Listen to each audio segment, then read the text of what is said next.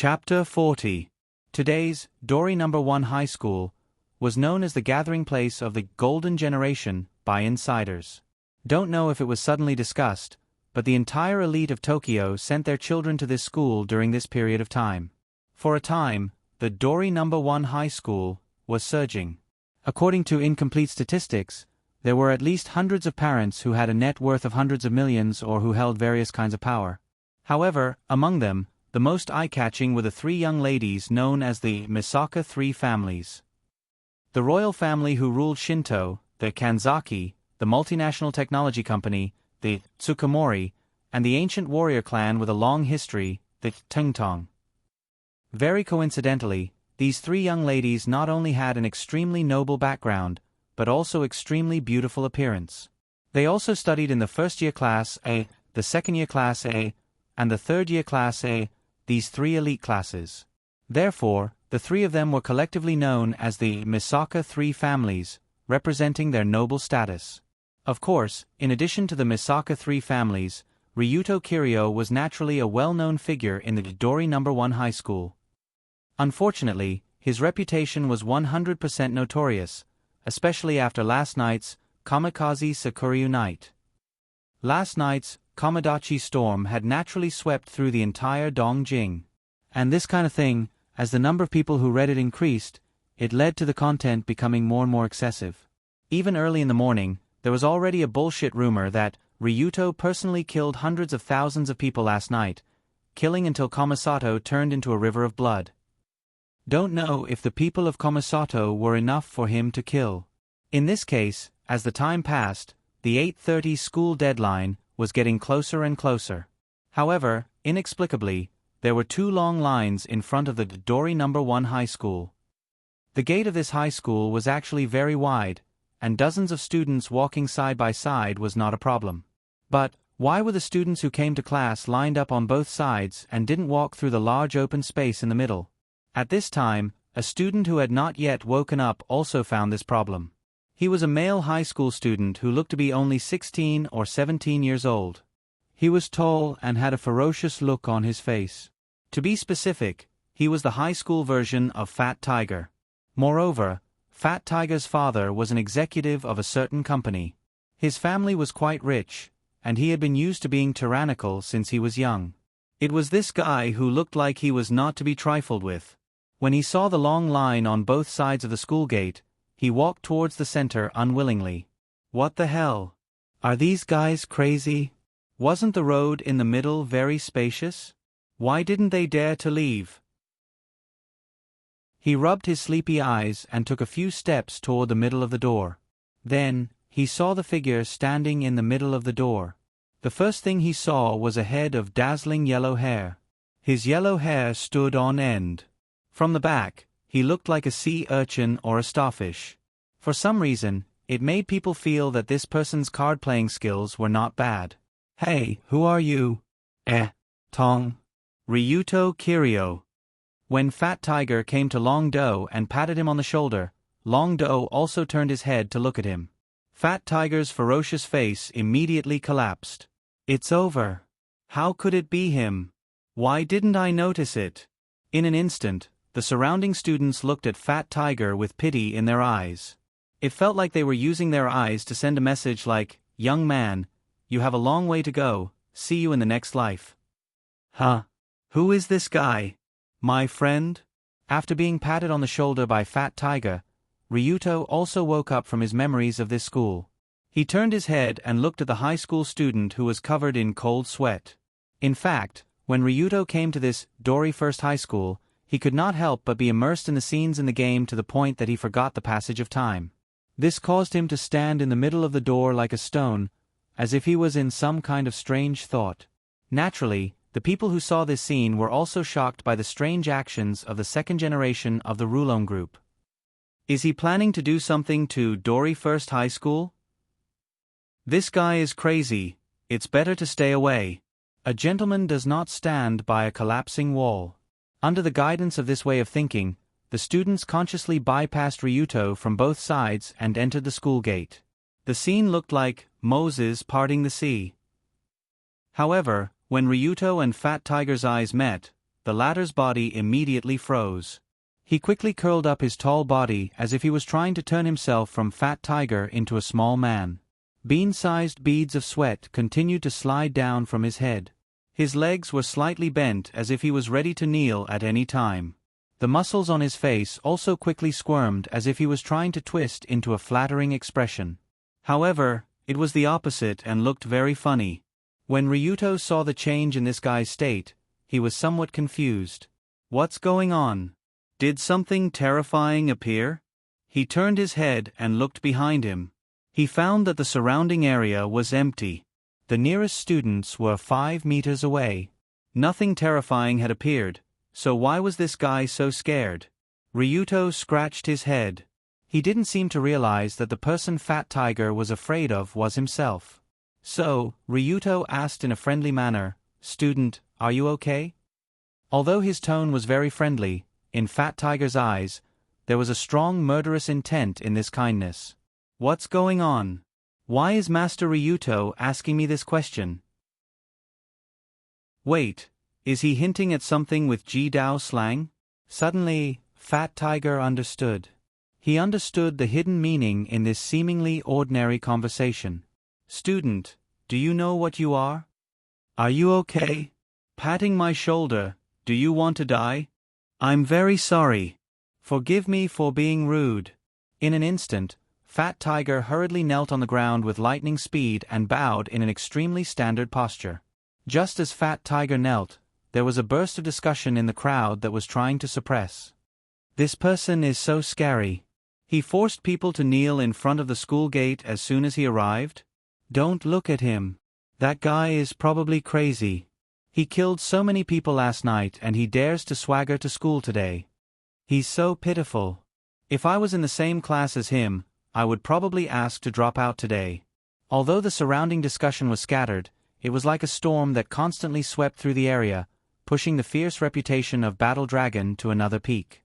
What's going on? Could it be that they were afraid of me? Long Do, on the other hand, was stunned for a moment before he realized why there was such a ridiculous situation around him. "Don't. Students.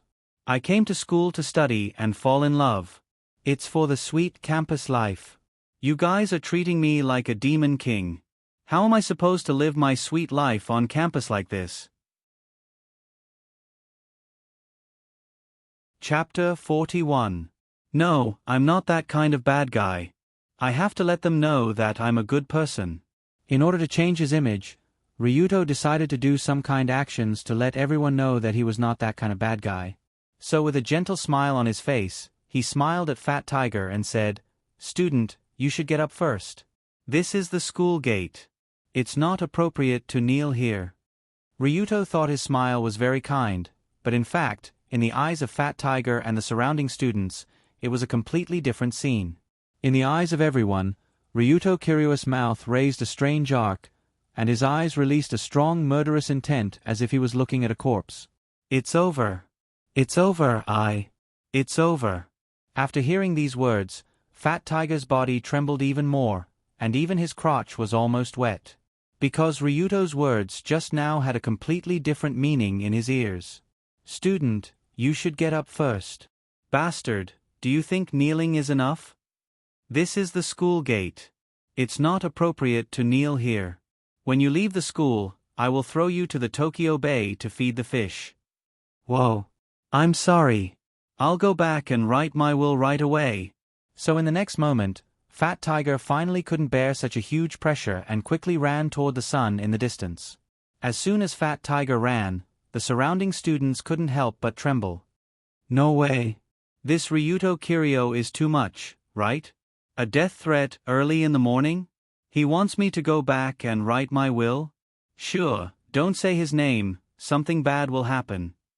Yes, then we'll use Mysterious Man instead." This is what was done in Harry Peter and the Stone Ghost Mask. As the students walked into the school gate trembling, from this moment on, Ryuto had his own new nickname, Mysterious Man. It had to be said that although this nickname was quite awe-inspiring, Long Do was truly wronged. He couldn't explain it now, and no one would believe him. Anything he said would be misinterpreted. This was the reality. What the hell? Isn't my identity a little too difficult? With a sigh, Ryuto walked into the first high school. His previous excitement could be said to have been completely extinguished. Now, it was obvious that the students were very afraid of him. They felt that he was a psychopath who killed without batting an eyelid. This was simply outrageous. Ryuto himself might not be a good student, but at least he was a normal person. At most, he would just hang people up and turn on the fluorescent lights. But after all, public opinion can distort gold, causing accumulated information to corrode the bones. Rumors are fearful, and can reverse right and wrong. It really wasn't difficult to kill people from a societal point of view by relying on rigid prejudices without real evidence. If Ryuto did not find a way to reverse the situation, he would probably have to spend the next 2 years as a mystery man. If that was the case, it would be better to just quit school and leave, so that he wouldn't have to endure such humiliation. As he walked, Ryuto could not help but feel that such a world was rather boring. But after walking for a while, a familiar figure appeared in front of him. It was a middle-aged man in a suit. He had a square face, and he looked very strict. "Isn't this Mr. Mei Yuan?" "So this is what he looks like." In the game, Mei Yuan was the class teacher of the main character's Grade 2 Class A, and he was also a core character who often appeared. Although he was strict and old-fashioned, he valued the students very much. He was a rare good teacher.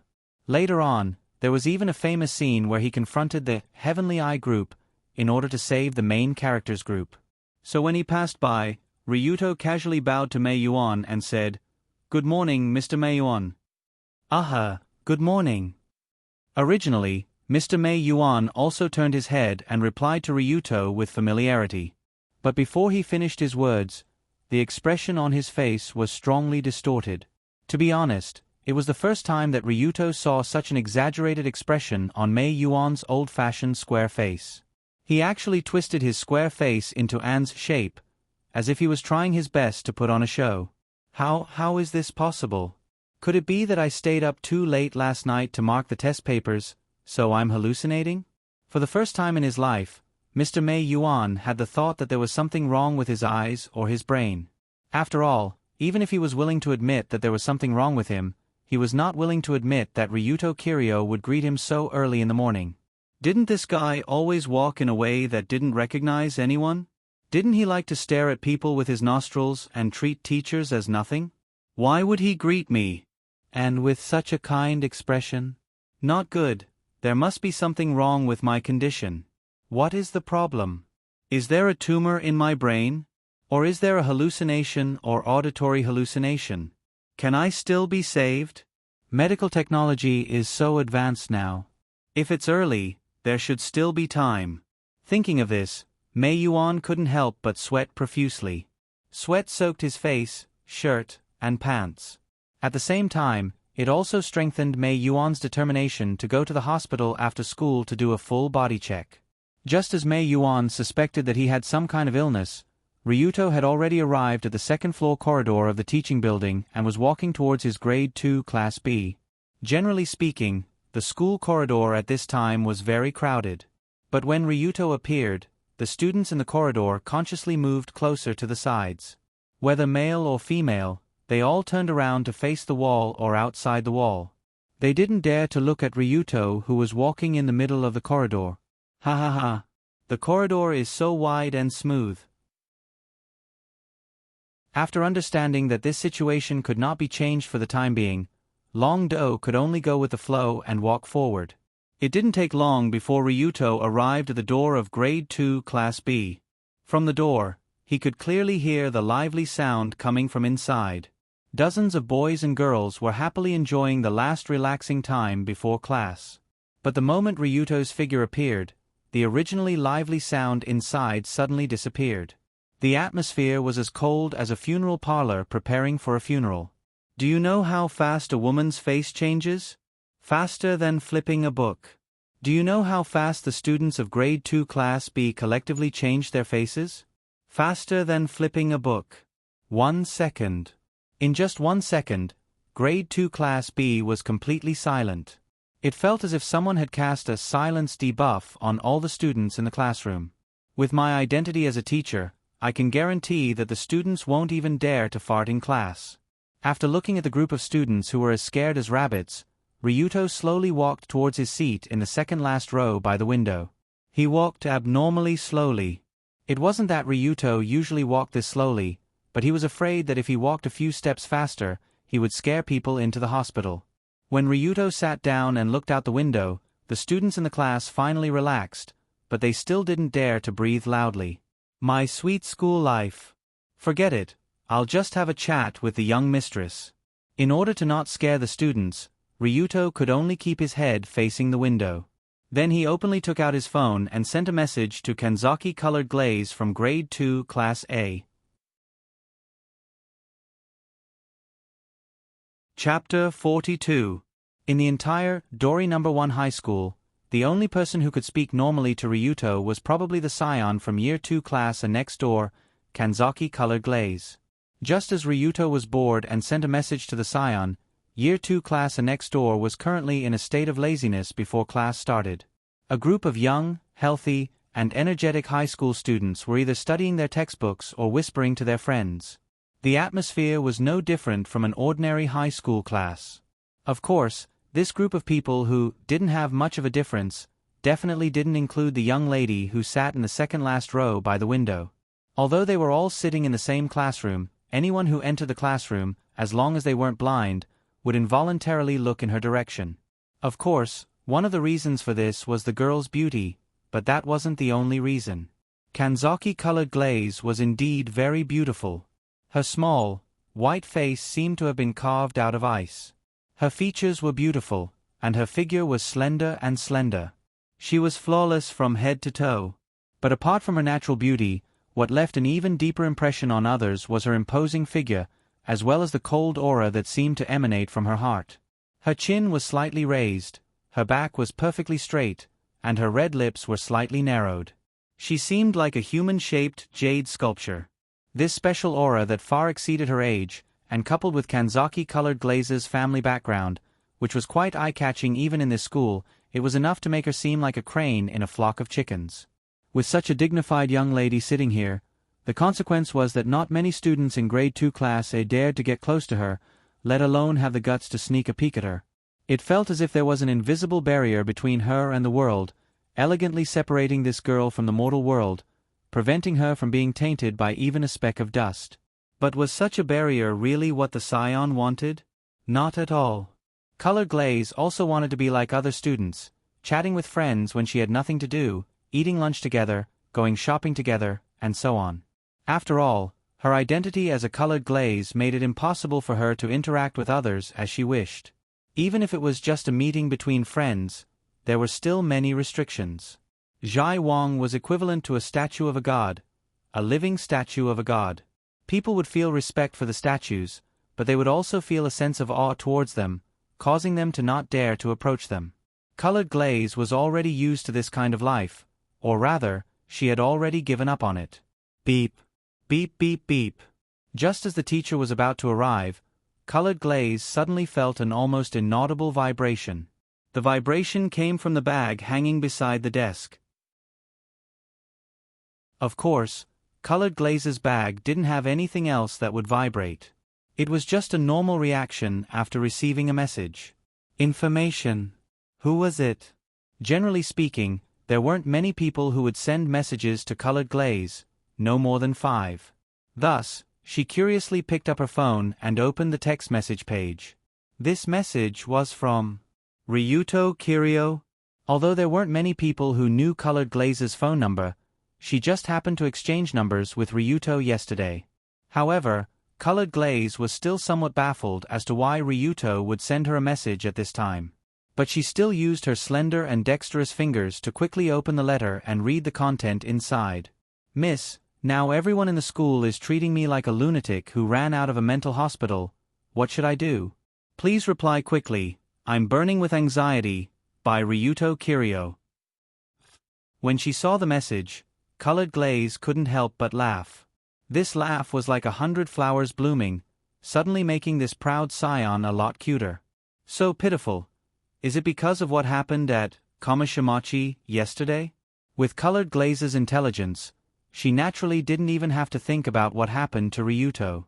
Last night's spectacular Kamishimachi Ryuto night could be said to be quite famous, and it was even discussed in various forums on the internet. People were excitedly predicting the outcome of the civil war between Rulon Group and Sakata Group, and some people even opened bets on whether the two groups would disappear that night. After all, in the eyes of ordinary people, Extreme Tao was like a rat in the sewer. Everyone wanted them to fight each other to the death, and it would be best if they all died. However, the appearance of Ryuto Kiryu changed everything. The young master of Rulon Group cleaned up the scene like a god, quickly captured Sakata, and reunited the divided Rulon Group, which could be described as shocking. In this case, it wasn't difficult for Colored Glaze to imagine what people would think of Ryuto when he came to school the next day. Of course, Colored Glaze knew that Ryuto wasn't the kind of monster that fell from the sky, like in the rumors. Although this guy's brain was a bit strange, he was still a good person. This wasn't a good person card. So Colored Glaze also smiled and replied with 4 simple words, "Can't help." Can't help? So cold. After looking at the reply that was immediately sent back, Ryuto's mouth twitched, and he showed an indescribable expression. However, the change in his expression startled the teacher who just walked into the classroom. What's going on? Why did I see Ryuto Kiryu curling his lips at me as soon as I came in? Is there something wrong with my outfit today that he doesn't like? Thinking of this, the math teacher quickly and solemnly fixed his clothes and hair, then stood on the podium with trepidation. However, Ryuto didn't notice the change in the teacher's expression at all. Instead, he continued to attack Colored Glaze with text messages. Although he was isolated in school, Ryuto didn't want to give up. Since he came to this world of love games, he naturally wanted to live a romantic and youthful high school life. Therefore, first of all, Ryuto needed to think of some ways to make himself popular. "Miss, if I join the baseball team now and help the school team reach Koshien, will the students change their view of me? By Ryuto Kiryu, pft. Ha ha ha." If Lioli hadn't covered her mouth in time when she saw the message, her laughter would have probably spread throughout the entire Grade 2 Class A. What is this guy thinking? A guy who has never played baseball wants to lead the team to Koshien. Why don't you fly, idiot? So Colored Glaze could only continue to reply, "Not likely, after all, when you join the baseball team, the other players will choose to retire." So cruel. Seeing that his plan didn't work, Ryuto continued to scratch his head and think. Of course, while he was thinking, he also sent his idea to Colored Glaze, and then it was rejected by Colored Glaze. This repeated until noon. Chapter 43. What should I do? Why can't I come up with so many ideas? When the bell rang, signaling the end of class, and the students of Grade 2 Class B ran out of the classroom, Ryuto was still scratching his ears and cheeks as he pondered. In just one morning, Ryuto sent more than 100 messages to Colored Glaze. He was like a sick boyfriend with a strong desire for control. But in reality, the two of them weren't boyfriend and girlfriend. It was more like an old mother and a silly son. And after a whole morning of texting, Colored Glaze had a new understanding of Ryuto Kiryu. Previously, in Colored Glaze's opinion, Ryuto was a kind of honest and naive guy, but he was a nice guy. But after a whole morning, Colored Glaze found out that he was a bit of a delusional maniac. According to incomplete statistics, Ryuto's school popularity plan had the following contents. First, create a light music club and recruit a few high school girls to drink tea together every day. At the same time, work hard at the martial arts arena. Second, join the basketball club, dye your hair red, practice dunking from the free throw line, and prepare to dominate the national competition. Third, learn to sing and dance in order to save Dori No. 1 High School, which was gradually losing its reputation. Become an idol at any time and debut at the school. The above 3 plans were the most normal ones among the countless that Ryuto came up with. It was easy to imagine how ridiculous the other plans were. Regarding this, Luli expressed that she simply did not know what was in his head. How could he come up with so many nonsensical plans? Also, Can you, a gangster boss, stop thinking about such nonsense all the time? You give off the feeling of a teenage girl in love? This is the first time I've seen a big boss so eager to be popular with his classmates. Dancing costume, do you think his brain is... Dancing costume? Where is he? Colored Glaze, who was sitting in Year 2 Class A, instinctively looked to her right, only to find that the table on her right was already empty. Since Colored Glaze was studying in Year 2 Class A, her bodyguard, 16 Nights dancing costume, was naturally there as well. Logically speaking, the dancing costume should be by the Colored Glaze's side after class, but at this time, the Wu-Shi suddenly disappeared without a trace. Where's the dancing costume? The answer was in Year 2 Class B next door. Tong Sheng, I have something to tell you. Just as Long Tu leaned his head on the table and stared blankly, a cold voice suddenly came from in front of him. This voice is... Dancing costume? Ryuto looked up and saw 16 knights in dancing costume standing upright in front of the table. Her face was a little red, and her hands were a little flustered, as if she didn't know where to put them. Because they were in school, dancing costume was wearing a standard female uniform. Small leather shoes, a pleated skirt, short sleeves, and a jacket. This uniform was naturally more suitable for her age than the work uniform she wore last night, and it also softened dancing costume's temperament a lot. However, her bashful girlish attitude, coupled with her "I have something to say to you" speech, and the empty classroom with only the two of them, made it easy for people to misunderstand. A romantic atmosphere floated in the air. The girl's slightly hurried breathing also made the atmosphere in the classroom reach the level of a forbidden book. And Ryuto immediately reacted, and sincerely said, "I'm sorry, 16 Nights classmate, I don't think we're suitable for each other, you deserve better." Huh? Wait, do you think? Bah. Originally Ryuto thought that dancing costume would be sad and cry after being rejected by him, but who knew that her face showed a mix of disgust, and many other negative emotions. After taking a deep breath and forcefully suppressing the urge to punch this stinky man in the face, Dancing Dress asked helplessly, "You can't be thinking that I'm here to confess to you, right? Don't feel shy, it's completely normal for you to like me. Phew, don't worry, even if I like ghosts, I won't like you." Okay, let's skip this topic, the atmosphere is a bit awkward, what did you want to say to me? You still have the nerve to say that? Who was it that made the atmosphere so awkward? If dancing costume didn't sincerely apologize this time, she really wanted to kick Ryuto to the wall. But even if she was teased, dancing costume accepted her fate and bowed to Ryuto, and solemnly said, "I'm very sorry, because of my misunderstanding last night, it almost led to serious consequences, I would like to express my sincerest apology." Without a doubt, dancing costume's apology was sincere. After all, just last night, this Kamiyoshi's samurai almost kicked Ryuto in the balls, and almost got strangled to death.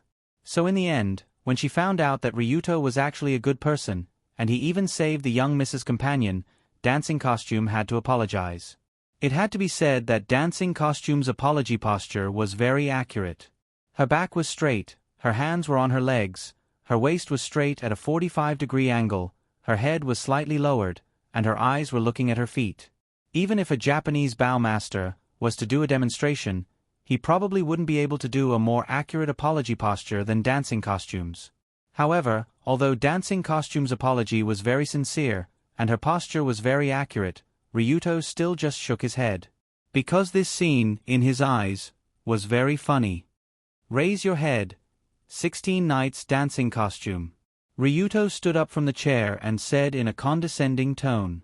Sensing that Ryuto's tone didn't sound like he was forgiving her, dancing costume helplessly asked, "Is the angle of my bow not enough?"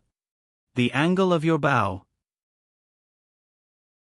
What is that? Which normal person would care about such a small thing? Then what are you dissatisfied with my apology?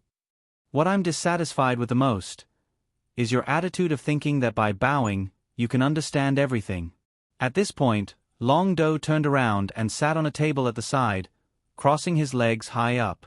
The Japanese have a bad habit of bowing as an apology. However, in the eyes of Ryuto and his group of extreme Daos, this is a meaningless and shameless action. If you owe someone money and can't pay it back, bow. If there's a problem with your product or strategy, bow. Even if you do something that harms all of humanity, bow. Bow, bow, bow. What's the use of a hammer if you bow? You think you can wash away your sins by bowing your head? Does this change anything? Does this reflect anything? For example, 16 Nights dancing costume almost killed me because of a misunderstanding, and you think that by bowing, you're done? Are you treating me like a fool? Shing. So before dancing costume could react, Ryuto took out a sharp dagger out of nowhere and stuck it on the table next to him. Don't make a fool of yourself by bowing like a coward. If you really want to apologize, cutting off a finger or two to show your sincerity is reasonable, right? Right. Looking at the shocked dancing costume, Ryuto casually said these words to her that sounded very out of the ordinary.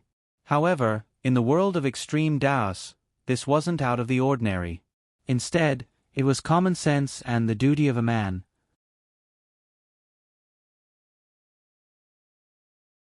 Chapter 44. In the world of extreme Tao, this group of dock dwellers had invented many methods of punishment that sounded chilling. Things like heating up an iron bed, kneeling on it and kowtowing, piercing nails through the body, bathing in boiling oil. It was almost the torture of the 18 levels of hell. And the purpose of all this was to make others truly regret their actions, carving the words, "I won't dare to do it again," into their bones. An extreme Tao moneylender once said, when those despicable trash can't pay back the money, they always like to lower their heads to their waists, or even kneel down and kowtow to express their apology. What a joke. However, it was just a bow. What loss could there be? Even if they kneeled on the ground and kowtowed until their heads bled, so what? At most, they would go back and put a bandage on their heads, and the next day, they would be a brand new piece of trash. What kind of repentance would they make? Therefore, if they wanted to sincerely apologize, they would have to use some practical methods. For example, if they did something wrong, they could cut off a finger or a toe, or kowtow 10 times on an iron plate. If they did something even more serious, they could commit seppuku as an apology. Wasn't there such a fine tradition in Bushido? Why didn't they have the guts to continue? To put it bluntly, if they didn't even dare to cut off a finger and didn't want to bear the pain of an apology, that was shameless. Look, I've already lowered my head, I've already knelt down, why won't you forgive me? Sob sob sob. F*CKU, I want you to lower your head? What I want is your head, okay? This kind of person only cared about trifles and didn't dare to bear the consequences. They could only pretend to admit their mistakes by bowing without paying any price. It was simply despicable. Therefore, the members of Extreme Tao would never accept a normal bow as an apology. They even expressed their disdain for the trash of society who did this. Of course, this kind of common sense only existed in Extreme Tao. Normal people wouldn't have such thoughts. Although 16 Nights dancing costume wasn't a normal person, her thoughts weren't that hardcore. I just came to apologize. Why would I be forced to cut off my finger? Dancing costume was dumbfounded when she saw the dagger stuck into the table. But on second thought, the dancing costume had almost killed Ryuto last night. This was an undeniable fact. Even if Ryuto was still alive in the end, it was still considered an attempted murder. It was not wrong to use a finger as an apology. What? Did he not dare? You're already so obedient when you bow, but when it hurts, you're scared? Just as dancing costume was staring at the dagger in cold sweat, Ryuto's strange voice came from the side. Scared? My 16 Nights dancing costume is a coward? Her words angered dancing costume. She had grown up under the special training of putting rabbit balls in the cat house. Although she was still young, she was now a veteran who had experienced countless big scenes. Very well. If you think this is an apology, then I'll compensate you with this finger. Accompanied by dancing costume's angry shout, she quickly picked up the dagger and cut off her left index finger without hesitation. This could be said to be quite decisive, leaving no room for retreat. It's just a finger, what's the big deal? I'll cut it off. However, just as dancing costume's left index finger was about to fly out of her body, a strong hand directly grabbed her wrist. It was Ryuto. When the blade was about to reach her body, Ryuto stopped the bloody scene that was about to happen. I did accept your apology, so let's forget about what happened before. This time, Ryuto gently took back the dagger from Dancing Costume's hand and put it into the hidden pocket of his sleeve. If Dancing Costume's previous bow was a way of apologizing, then this time the decision to cut off her finger was enough. Although Dancing Costume's forehead was covered with fine sweat, she still sneered, "What? Didn't you just say it clearly and logically? Why don't you dare let me cut it off?" Well, you should at least have some common sense. After all, you can't do this kind of thing in school, right? Wouldn't it be troublesome if your credits were deducted? Speaking of this, Ryuto reached out and patted Dancing Costume's head, ridiculing this Kamiyoshi's samurai for having no common sense.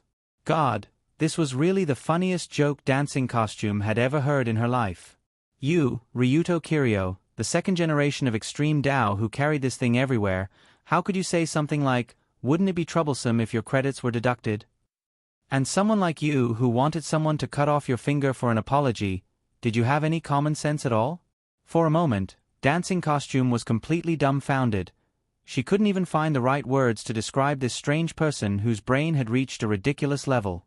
The moment she came to her senses, Dancing Costume immediately shouted angrily, "Ryuto Kiryu. You. Hey milady, long time no see, how have you been?" Just as Dancing Costume was about to throw away her dignity and loudly scold this bastard of a young master, Ryuto waved behind her with a brilliant smile. "Milady? Could it be?" Dancing Costume hurriedly turned around and saw that colored glaze Kanzaki's figure had appeared at the entrance of Year 2 Class B's classroom at some unknown time, and she was covering her face as she watched this scene. And so, Dancing Costume hurriedly ran to the door, gulped, and nervously asked, "Milady, when did you arrive?" "Ever since that guy said that you had no common sense."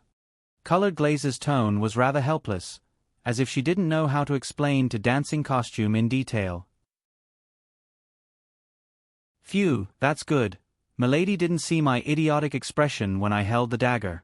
Dancing Costume sighed in relief when she heard this, but she still turned around and glared fiercely at Ryuto. "Dancing Costume, I'm hungry. Go arrange for the waiter to bring some food over." "Yes, I'll go to the garden and prepare it right away." After receiving Milady's order, Dancing Costume hurriedly ran out the door, leaving only Ryuto and Colored Glaze in Year 2 Class A. Dori First High School had many important people's children studying here, so the school security was definitely tight enough.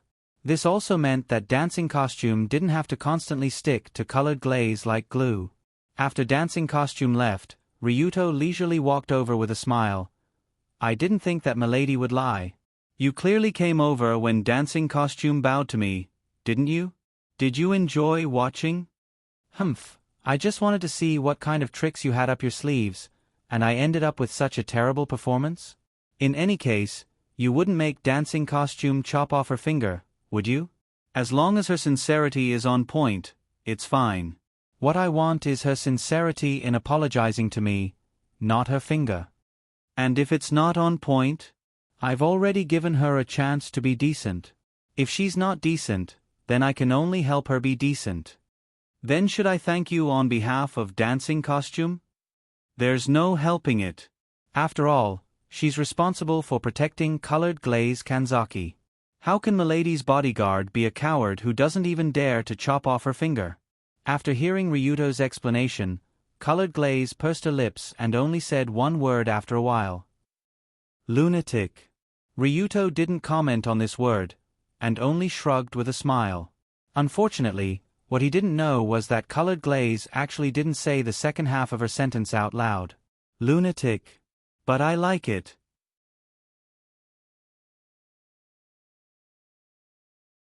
Chapter 45. Generally speaking, the students of Dori First High School would spend their lunch break at school. The students would gather in groups of 2s and 3s. Some would eat the lunchboxes they bought from home, some would go to the welfare department to buy some bread, and some would line up at the cafeteria to get food. Of course, Kanzaki Ruri was a noble scion. Naturally, she wouldn't just casually eat lunch with him. Her lunch was specially prepared by the chefs of Komiyoshi and delivered to her in a rush. The freshest ingredients were carefully prepared by the best chefs, making it exquisite, elegant, and nutritious. It emphasized the visual, the taste, and the combination of utensils made it seem like a beautiful ancient painting. Such exquisite food combined with the fresh scenery in the garden and the beautiful weather created a young lady's meal that Dancing Costume would be proud of. Every day at noon, the two of them would elegantly sit on the silk cushions and chat while enjoying delicious food. This was one of Dancing Costume's happiest moments. But today at noon, all this beauty that should have existed was completely destroyed by a certain someone. Wah wah wah. This dish tastes all right, but it's a bit bland. Is your chef unwilling to add salt and seasoning? Under 16 Nights Dancing Costume's murderous gaze, Ryuto casually sat down with them on the cushions, and his chopsticks quickly picked up all sorts of delicious food from the lunchboxes in front of him. Why are you so thick-skinned as to join us for a meal? When Ryuto came over with the young lady to eat, Dancing Costume's eyes almost popped out of their sockets. Ryuto's answer was very simple. You two are my only friends in school. I don't know anyone else, so I can only rely on you two. Are you kidding me? How can there be such a shameless person in the world? Is it our fault that you don't have any friends? And when did I become friends with you, bastard? Didn't you just tell me to cut off my finger? Seeing this young master of extreme Tao sitting on the ground in a manner that did not conform to the table etiquette at all, he threw all kinds of high-class dishes into his mouth. Dancing Costume almost couldn't stop herself from picking up her chopsticks and poking them into his nostrils. She wanted to figure out if this guy's brain was actually filled with charcoal-roasted pig brains.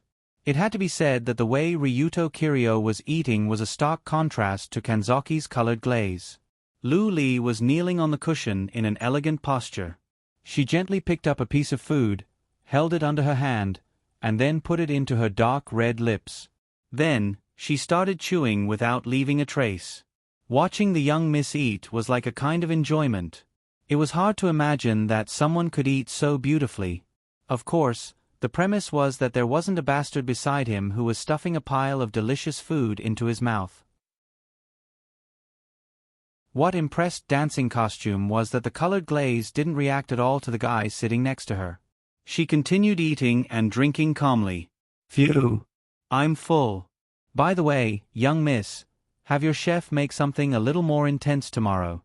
If it's too bland, I'll get hungry very quickly. 10 minutes later, Ryuto, who had finished eating a bunch of food and was now sipping tea on the cushion, shamelessly said this. Let's wait until our bet is over. If you win, then my chef will do whatever you want him to do. The colored glaze picked up a handkerchief and wiped her mouth when she heard this, and replied in a sarcastic tone. Oh, that seems to be the case. Ha ha ha. Hee. Ha ha ha ha. Hee hee. Are these two guys here playing riddles and talking to each other? What was going on? Hearing this strange conversation, Dancing Costume showed a puzzled expression. As for the shocking bet, so far, only Ryuto and the colored glaze knew what was going on. Dancing Costume also didn't know anything about it. If Ryuto could get the colored glaze to not inherit the position of Zhai Wang in 2 years, the latter would have to marry the former and become the mistress of the Rulong group. But in order to achieve this goal, what you need to do now shouldn't be popular with your classmates, right? While drinking the tea made by Dancing Costume, the colored glaze reminded him in a casual tone. In fact, until last night, Ryuto was doing quite well on his way to achieving his goal. After he went home, he killed Sakata and quickly took the power of the Rulong group into his own hands, completing the first step of the long march. But even so, he couldn't be complacent. After all, the current Rulong group didn't deserve to have any right to speak in front of Kamiyoshi, let alone force the other party to submit. Although the Rulong group was the ruler of Kamiyoshi, to put it bluntly, they were just a mouse on the street. Based on what Ryudo had learned last night, the total number of members of the Dragon group was about 2,000, and they were scattered around Dongjing. If it was the core members, there were almost 500 people, which was not a small number, but definitely not a large number. This organization currently controlled thousands of nightclubs in the entire Kamiyoshi, and made a living by collecting protection fees and selling various illegal goods. In terms of economic situation, in fact, the economic conditions of the Rulong group were relatively good. After all, the protection fees of so many shops were not small expenses. But the problem was that even so, it was just a small income, and it was difficult to be on the big stage. After all, the real profitable underground industry, such as smuggling guns, selling powder, and other darkest jobs, the Rulon Group would never touch it. Not only did the Rulon Group itself not do these things, but they also strictly cracked down on the nightclubs and other places in Kamiyoshi. If they encountered trash who dared to do these things, they would beat them to death. From this point of view, the Rulon Group was not like the traditional extreme way, but more like the so-called chivalry. The main task was to maintain the order on the street. But in this era, the so-called chivalry was very awkward, and it was in the gap between black and white. If you said that the Rulon Group was an underground organization, he was not completely counted. After all, they did not touch the real profiteering underground industry, and they still had a bottom line. If you said that the Rulon Group was a legitimate organization, then he was definitely not. He had been registered as a designated violence group. How could he be a legitimate person? To put it simply, the black thought you were too white, and the white thought you were too black. He did not please both sides, and there was no solution for both sides. So in this case, it was actually very difficult to let the Rulon Group continue to grow. Ryuto must have thought about this seriously, so the answer he gave was, to have a good relationship with his classmates in school first.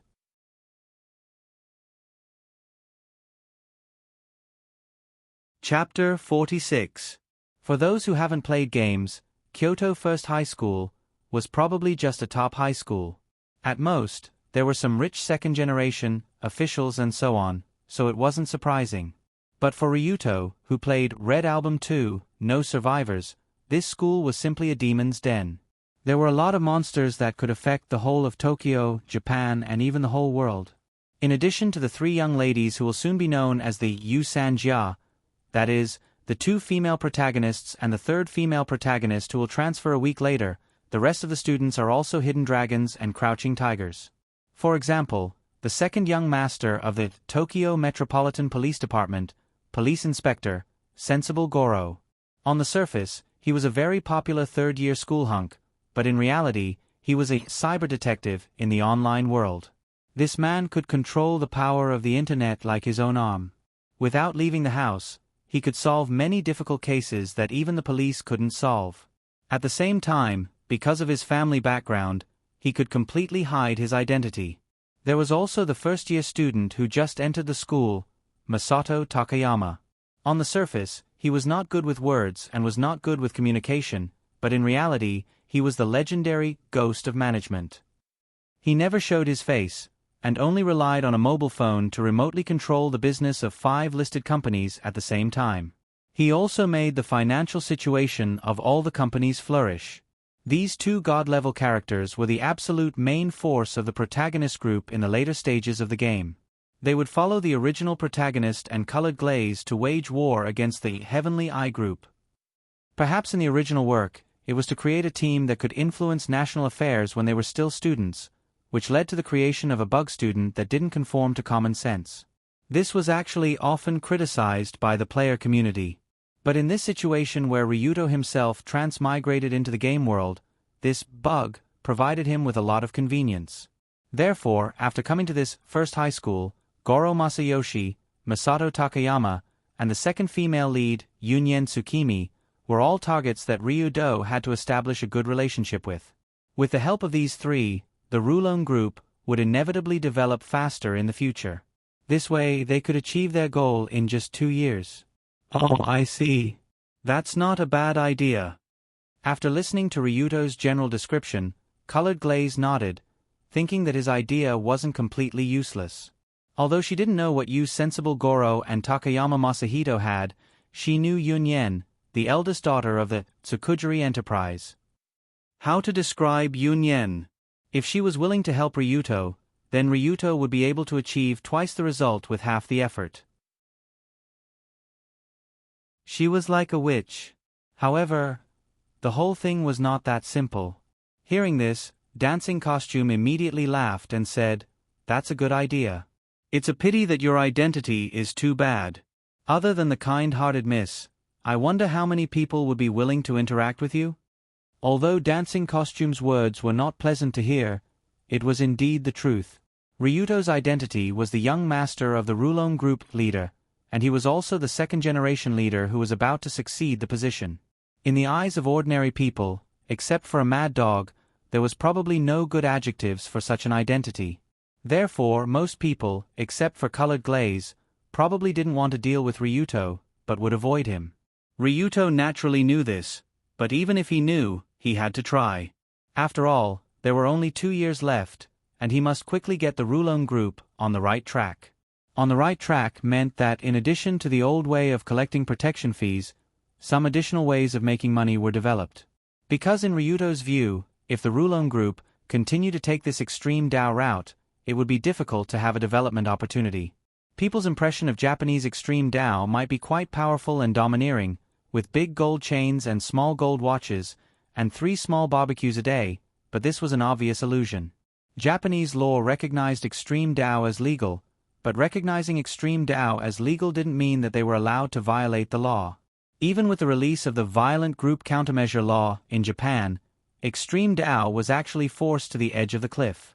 In these regulations, although the official recognized the legality of extreme Dao, there were also many strict restrictions. For example, members of the designated violent group were not allowed to open bank accounts. For example, real estate developers or housing agents could refuse and terminate the housing contract with members of the designated violent group at any time. For example, people who had too much contact with members of the designated violent group, such as eating, partying, traveling, and playing golf many times, would be blacklisted. There were many similar regulations, and the result was naturally that the sphere of influence of the designated violent group was suppressed again and again until now, it had declined to the limit. Without a bank account, they couldn't cooperate with legitimate companies, and ordinary people didn't dare to approach them to avoid being blacklisted. Such strict restrictions also led to these huge groups being completely isolated from society. Why was most of the Rulon Group's activities near Kamimurachi? Because this was the only place where extreme Dao could not be discriminated against. Although Tokyo was big, there was no place for extreme Dao. This was the reality, and the reason why Kiyoshi Kazuma and Fujiki Yoshio didn't want Ryuto to join extreme Dao. Japan's Kyoto was an industry that was facing death. It was a fragile black bubble made up of a group of relatively weak people. If Kamimurachi disappeared one day in the future, then the Rulon Group would also lose all their sources of income.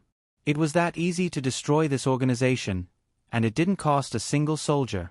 In fact, the current situation of the Rulon Group was explained to Ryuto by Fujiki advisor last night. But Ryuto still firmly chose to inherit this organization. This didn't mean that he liked extreme Dao so much, but because he had no other way to go now. If he wanted to use the Krypton Fate changing system, he needed a lot of money, and it was a huge amount of money in the hundreds of millions.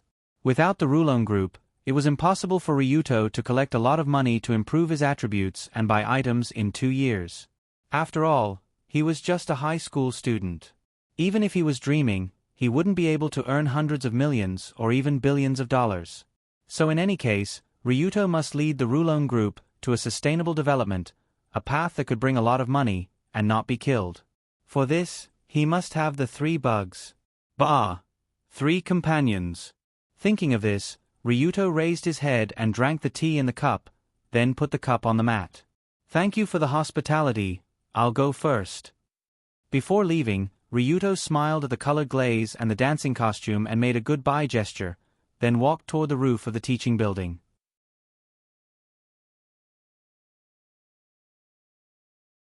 Chapter 47.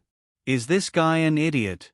He knows he can't do it, but he still wants to do it.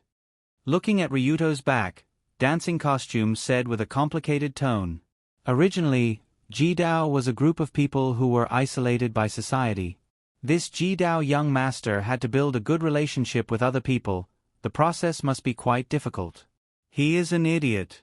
He knows it's impossible, but he still wants to do it. Even if he may hit his head and bleed, he won't stop. Suddenly, Colored Glaze couldn't help but think of that guy's confident expression in front of her yesterday. "Young miss? Forgive me for asking, but why did you smile so happily when you mentioned this?" "Ah." After feeling the surprised gaze of Dancing Costume next to her, Colored Glaze realized that she was smiling at Ryuto's back.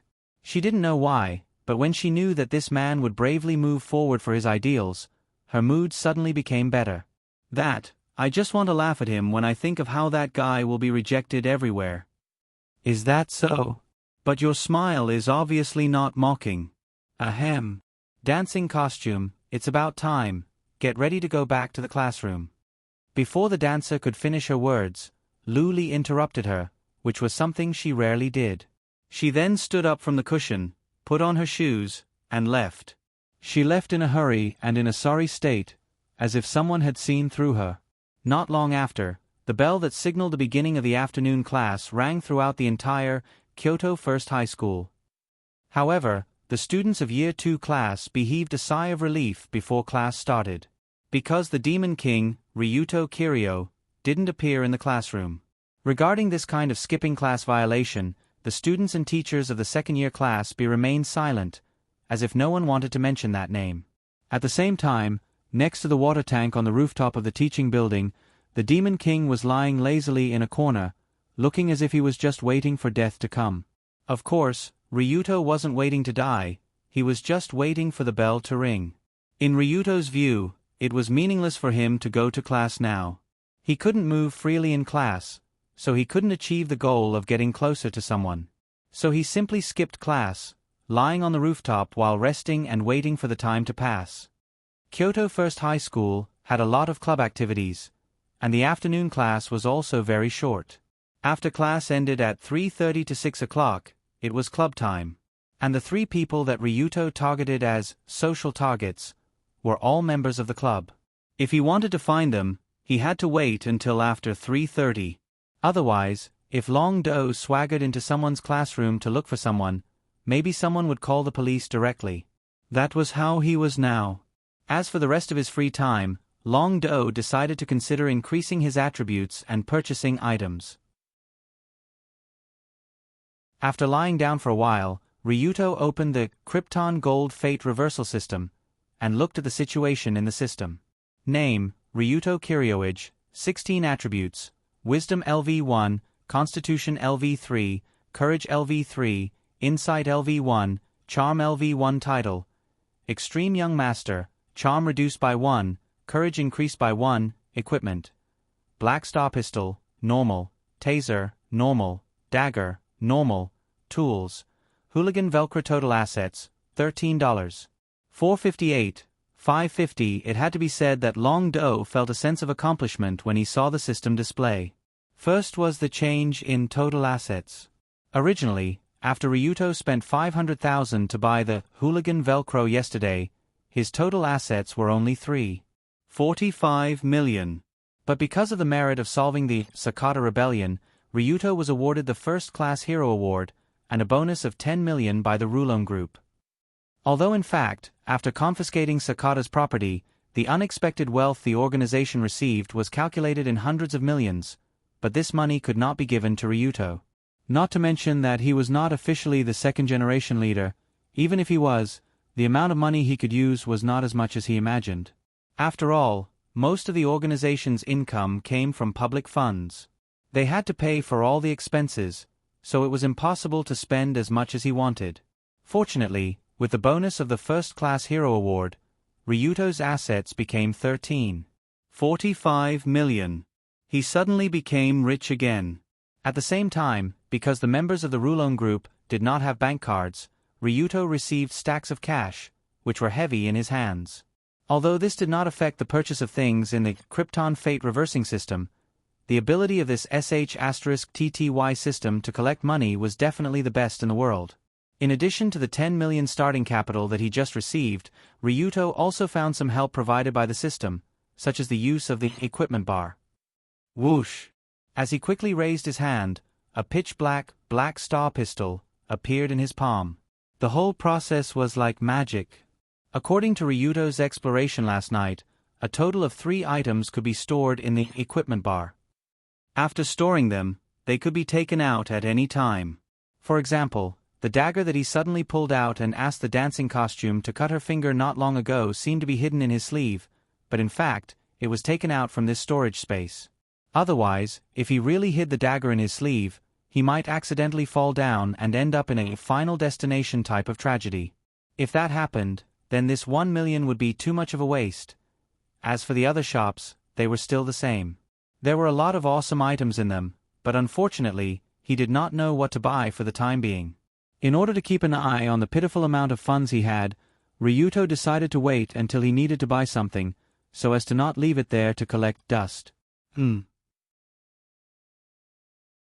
This can be used? Just as Ryuto finished looking at the attributes and shop, he suddenly found that the title column seemed to have some changes. Previously, this area was a gray area, and clicking on it did not have any effect, but now it became white, and after clicking on it, a second page appeared. After clicking on this page, a title overview interface appeared, and the interface showed that there were 2 titles that could be equipped. Title 1, Extreme Young Master, Charm decreases by 1, Courage increases by 1. Title 2, Desperado, obtained after dying 3 times, resurrection cost decreases by 20% after equipping. This title is not bad. Speaking of which, there is a way to obtain a title through this method? After seeing the sudden appearance of the second title, Ryuto was suddenly overjoyed.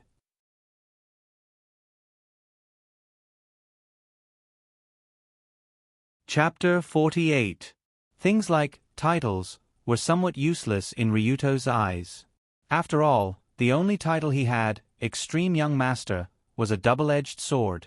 Although it increased courage, it decreased charm. Ryuto was born with LV2 Courage. Excellent passerby. Increasing 1 level of courage didn't mean much, but dropping 1 level of charm was terrible. After taking off this title and changing it to Desperado, Ryuto's attributes changed. The original LV3 Courage, Professional Expert, became LV2 Courage. Excellent passerby. The original LV1 Charm, Worldly Scum, became LV2 Charm. Excellent passerby. Like I said, this is the attribute that I should have. Seeing that his charm returned to normal, Ryuto's face showed a happy smile. The new Desperado title was useful, but it only saved him 200,000 every time he died. Compared to the title that increased attributes, it was worlds apart. But the good thing about this title was that it didn't have any side effects. Even if it was a blank title, it was better than the Extreme Young Master title that had negative effects. After all, Ryuto Kiryu was originally quite handsome, and his temperament after rebirth wasn't as bad as before. If this kind of handsome guy was still called Worldly Scum, it would be too disgusting. So, originally, Ryuto's charm should be at the level of innate level 2, but because of the title reduction, it was suppressed to the level of Scum. The difference between innate level 2 and innate level 1 was not small. Innate level 2 only needed to add 3 attributes to max it out. The cost was 5 million, 50 million, 500 million. Innate level 1 needed to add 4 attributes to max it out. The cost was 5 million, 50 million, 500 million, 5 billion. So, innate level 1 and innate level 2, this was a difference of 10 times the cost. The final level was a difference of 5 billion yen. It was a headache just thinking about it. Although level 2 charm was quite good, in Ryuto's eyes, it was far from enough. Very good, if that's the case, then let's continue. I'll soar into the sky. Under Ryuto's shouts that resounded through the rooftop, he suddenly clicked on the plus symbol next to the charm attribute. Upgrading from LV2 charm to LV3 charm requires 5 million renminbi. Confirm payment? Of course. The moment he reached out and tapped on the word confirm, Ryuto was valiant and high-spirited, as if he had returned to being a land immortal. Along with the faint light, Ryuto's attributes changed again. As it turned out, the improvement from LV2 Excellent Passerby to LV3 Professional Expert was quite huge. Although his face was still the same, and he was still the same person, the effect of the increase in charm was immediate. When Ryuto went to the bathroom and looked in the mirror, he was pleasantly surprised to find that the face in the mirror had become more pleasing to the eye. The originally very cheap and low-quality dyed yellow fur looked like the golden fur of a super scion. The ferocious eyebrows exuded a unique masculine aura. The originally handsome facial features became even more perfect, enough to captivate thousands of girls. Of course, Ryuto's appearance did not change, only the feeling he gave people changed. The attribute, charm. Sometimes it was difficult to simply use handsome or beautiful to describe it. This was a rather complicated feeling, one that went beyond superficial external things like handsomeness and beauty. This feeling was not so obvious when looking at the portrait in the game, but if changed to the real world, it was a lot more obvious. Good Lord! This is the charm of a professional expert. It can actually bring such a powerful affinity effect. After continuously jumping from LV1 to LV3, Ryuto finally understood how strong this attribute was. If he entered the school with this LV3 charm attribute, the result would definitely not be the kind of scene where people would avoid him. After all, this level of charm had already reached the level of a celebrity. It belonged to a true professional, the kind that had their own halo. No matter what they did, there would be people helping them unconditionally. Of course, the power of charm was not limited to this. The higher it went, the more terrifying it would become. Originally, in this game, there were two girls with the most powerful personal halo. They were the peak of the charm attribute. They had the LV5 charm, extreme Superman level of monsters. One of them was the big boss Tenmu Iam.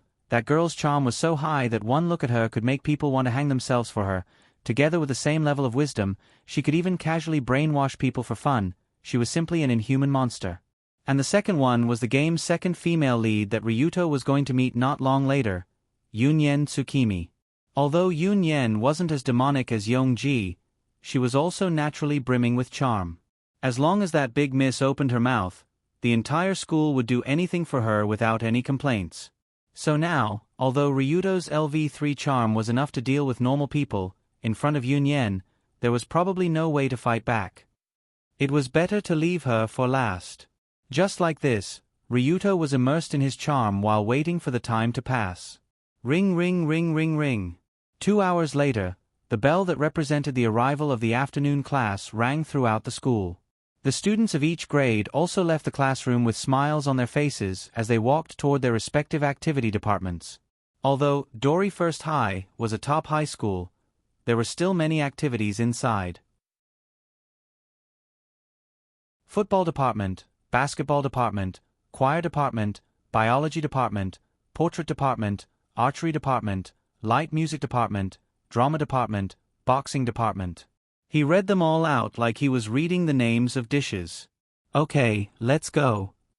At this time, Ryuto, who was standing on the rooftop of the teaching building, stretched and walked towards his first destination.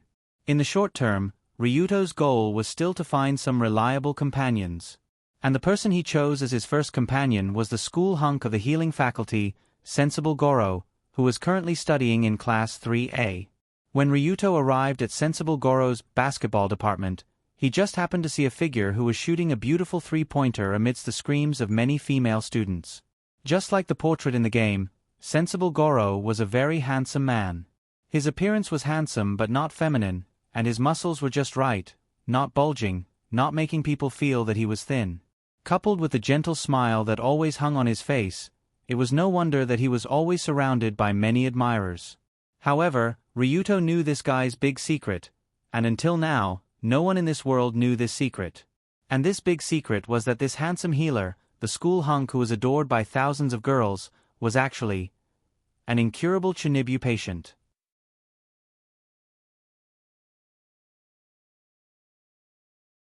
Chapter 49. From a long time ago, Sensible Goro became aware of a very important fact. I, Sensible Goro, am not an ordinary person, but the legendary detective, the reincarnation of Sherlock Holmes. My left eye sees through everything in the world. My right eye sees through the mysteries of the mortal world. Mortals are ignorant. They will only marvel at my handsome appearance that is like that of the sun god, but they will not be able to see my most precious essence. As a result, today's Koji Goro was also fighting with those sinful beasts. Figures flashed in front of his eyes. The group of sinful beasts tried to take the core of truth from the great detective's hands. But how is that possible? Sensible dodged and moved forward with a charming smile at the corner of his mouth. I am the greatest detective, Sherlock Holmes too. Back off. Beasts. After Sensible dodged the beasts, he suddenly jumped up, and the core of truth in his hand cut through the sky. It completely tore apart the grid made of sin. Good shot. A 3-pointer. Sir Sensible is amazing. Just as Mingji landed on the ground, the group of girls surrounding the basketball court let out joyful shouts. If it was someone else, they would be very happy to get the support of so many young girls. Ha ha ha, thank you for your support, thank you very much. After landing on the ground, Mingji waved at the group of female fans in a friendly manner. The smile on his face was still as perfect as ever. However, no one noticed that there was no trace of a smile in his eyes. Boredom, ignorance, and pointlessness. These are the attitudes that the insignificant people around me should have. Whenever Sensible was surrounded by this group of fans and shouted around him, he had the idea of taking out a crutch and hitting each of them on the head. This world was not interesting for Sensible. After all, he knew that he was a hopeless patient with Chunibyo syndrome. That's right, he was a Chunibyo. Wise was well aware of this. But so what? I think, therefore I am. What I think exists, exists. I am Holmes II, and Holmes II is me. No matter what, this thought had always been incomparably firm in his heart. But in reality, Sensible didn't dare to reveal his romantic side to the people around him, because he was burdened with the expectations of his family. Wulong, as a member of the Sensible family, you must become a man who can shoulder everyone's expectations. Do you understand? Ever since he was very young, his father, who was the chief police officer, had been reminding him like this. My true self is a serious Chunibyo. Therefore, such a person would not be accepted by this society. Sensible naturally knew this very well. He could be the proud son of the chief of police, the most popular guy in school, the rising star of the basketball club, but he couldn't be Sherlock Holmes II. Therefore, Sensible could only retrieve himself on the internet. As long as he turned on the computer and picked up the keyboard, he was the omnipotent, cyber detective Sherlock Holmes II. In the real world, he could only play the role of a clown who was responsible for making people laugh. It doesn't matter. Anyway, no one understands my world. I'll just muddle along like this. With this sense of decadence, Sensible picked up the basketball and dribbled all the way. He wanted to end this round of confrontation with a handsome 3-step layup. Yeah. But at this moment, there was a sudden exclamation from the female fans watching from the side. This was obviously not because of the upcoming handsome scene, but because of an unexpected incident. What? Before Sensible could react, a figure in a school uniform suddenly appeared in the air in front of him. The people who played basketball in the basketball club would never wear a school uniform. Then this guy who suddenly appeared is Pa.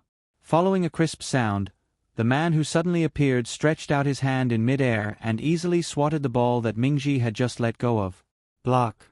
This was the term generally used to describe what just happened on the basketball court. However, the person who did this was not any of the 10 players on the court, but a young man who should not be on the court. At this moment, everyone inside and outside the court was stunned. After all, they have played basketball for so many years, and it was the first time they encountered a scene where a spectator suddenly became interested and ran to the court to block a player's shot.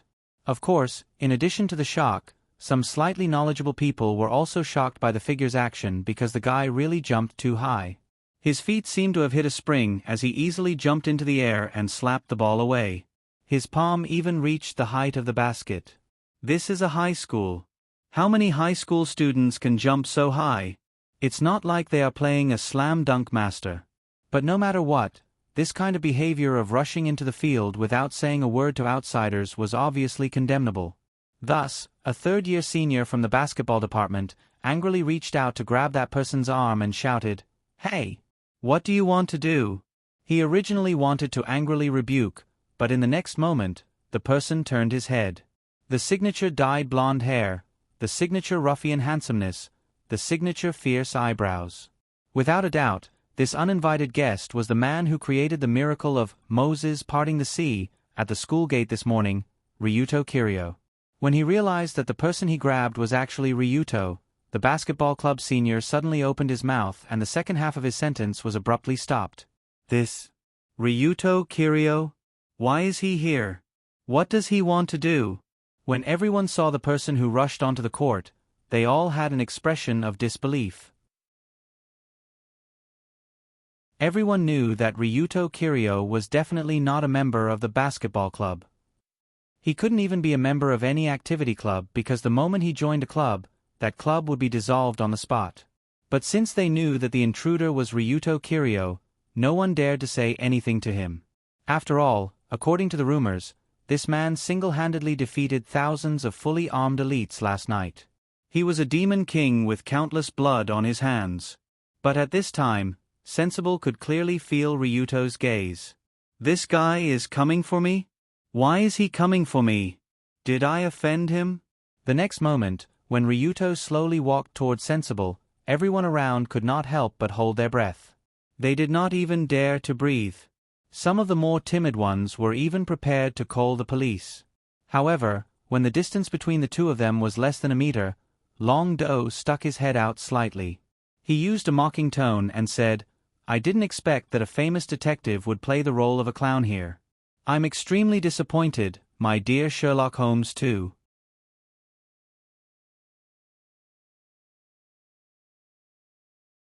Chapter 50. The distance between the two was extremely close, and Ryuto's voice wasn't very loud, so only Sensible could hear this sentence. Suddenly, his slightly numb gaze suddenly underwent a drastic change, as if he heard something that could change his worldview. How is this possible? Did he just call me Sherlock Holmes II? This title has only existed in Sensible's mind so far. He has never told anyone about his fantasy world. Even when he was an online detective, Sensible only used Cyber Detective as a pseudonym. He didn't dare to add the name of Sherlock Holmes for fear of profaning the sacred realm in his heart. Therefore, this was the first time in Sensible's life that he heard this word from someone else's mouth, and it was said to him. For the first time, Sensible asked in a somewhat sluggish tone, You are... Ryuto didn't answer his question, but instead, he picked up the basketball from the ground. Let's have a one-on-one, Sensible Goro. He picked up the basketball and let it hover in his hand, then said with a smile, One-on-one? Basketball? Before the end of 3 rounds, you can ask me any questions to guess my identity. If you can guess it, I will tell you everything. Otherwise, I will never appear in front of you again. On the basketball court surrounded by dozens of people, Ryuto challenged Sensible. 3 rounds. No problem. After looking at the unfamiliar face that he had seen a few times, he wisely nodded his head. Logically, he shouldn't respond to such a strange request. But Sensible was extremely curious about Ryuto's true identity, and how he knew his true identity. Therefore, under Sensible's persuasion, the other members of the basketball department also retreated to the side and left the court to the 2 strange people. Sensible Goro and Ryuto Kiryu, the 2 of them actually wanted to have a one-on-one basketball? No, basketball was only a superficial dimension that ordinary people could see. In reality, the battle between the 2 of them was on another level. As Sensible took the ball to attack first, a huge British-style city appeared in front of his eyes. At this time, the basketball in his hand seemed to have become a crutch, and the jersey on his body had become a detective's uniform. With a pipe in his mouth, he walked through the streets and alleys. A mystery was looming before Holmes too, and he had never been so eager to solve it. Accordingly, Judicious moved his leather-shod feet swiftly forward, and stepped upon the cobblestone street. A dark figure appeared in an alley not far away. The dark figure smiled and said, Sherlock Holmes too, ask away. What's the first question? You're Ryuto Kiryu, but you're also not Ryuto Kiryu. You're like me, the reincarnation of some important person? Sensible's voice was very low, obviously not wanting the surrounding crowd to hear. That's right, Score. Swish. With a clear sound, Sensible's basketball smoothly entered the net. What a hollow ball. In the second round, Ryuto held the ball, and the air around the alley became strange. But even so, Sensible continued to ask, "You and I exist in the same era. You're proficient in various criminal techniques, the head of the world's criminal organization, and like to trample on the law. Your name is James Moriarty, right?" When a reincarnated person who knew his true identity appeared, Sensible quickly thought of this name. There was no doubt that Ryuto's true identity was related to him. There were not many characters related to Sherlock Holmes, and even fewer with such obvious evil aura. And James Moriarty, also known as Professor Moriarty, was the #1 enemy of the great detective Sherlock Holmes. This inference was reasonable. However, the dark figure shook his head and smiled. "I do exist in the same era as you. I'm a romantic individualist, and I occasionally cross the boundary of the law. But I only act against the rich and corrupt upper class. Don't confuse me with Moriarty." Boom! At the same time, in the real world, Ryuto leaped into the air and smashed the ball directly into the basket with his right hand. A one-handed tomahawk dunk? What kind of monster is this? Seeing Ryuto slam Sensible away as if he had eaten spinach, the surrounding basketball team members were numb. They just wanted to kneel down and shout, "Sakuragi Hanamichi, please stop your magic." In fact, from the way Ryuto dribbled the ball, it could be seen that this guy was a complete layman. He did not have any skills. But it did not matter. He had the physical ability of Level 3 Physique, Professional Expert. With this physical fitness, dunking a basketball was 100 times easier than shooting a ball. As Sensible picked up the ball again, the third round of the final round began. However, this Sherlock Holmes II seemed to be trapped in a fog and did not dare to take a step forward. Who is it? Someone from the same era as Sherlock Holmes, a romantic individualist with a hobby of attacking the upper class. In fact, the information given by the dark figure was not little. It was enough for Sensible to make a certain degree of analysis and inference. But after all, there was only one round left.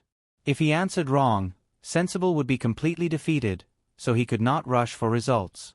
From the previous description, Ryuto's true identity seemed to be both good and evil, and was in the middle of a moral gap. He was neither a good person nor a bad person in the traditional sense.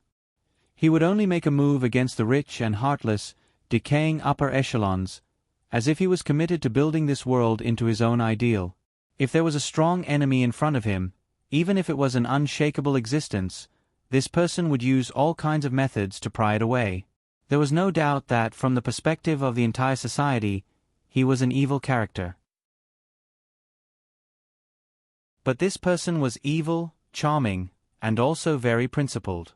It seemed that he liked beautiful women. Could it be? It's him? Just as the dark figure was about to attack him, a familiar name suddenly flashed in Sensible's mind. At the last moment, he jumped up and threw the core of truth in his hand into the basket that represented the truth. At the same time, Sensible shouted the name that represented Ryuto's true identity. "You are the strange thief gentleman, Yasin Robin." The ball went in. As the core of truth fell into the basket, Sensible's last shout that resounded throughout the stadium also reached everyone's ears. "Smart correct, my dear Sherlock Holmes II." Under the confused gaze of the crowd, Ryuto smiled and took off a non-existent hat from his head. He did a dashing hat salute to Sherlock Holmes in the illusory world.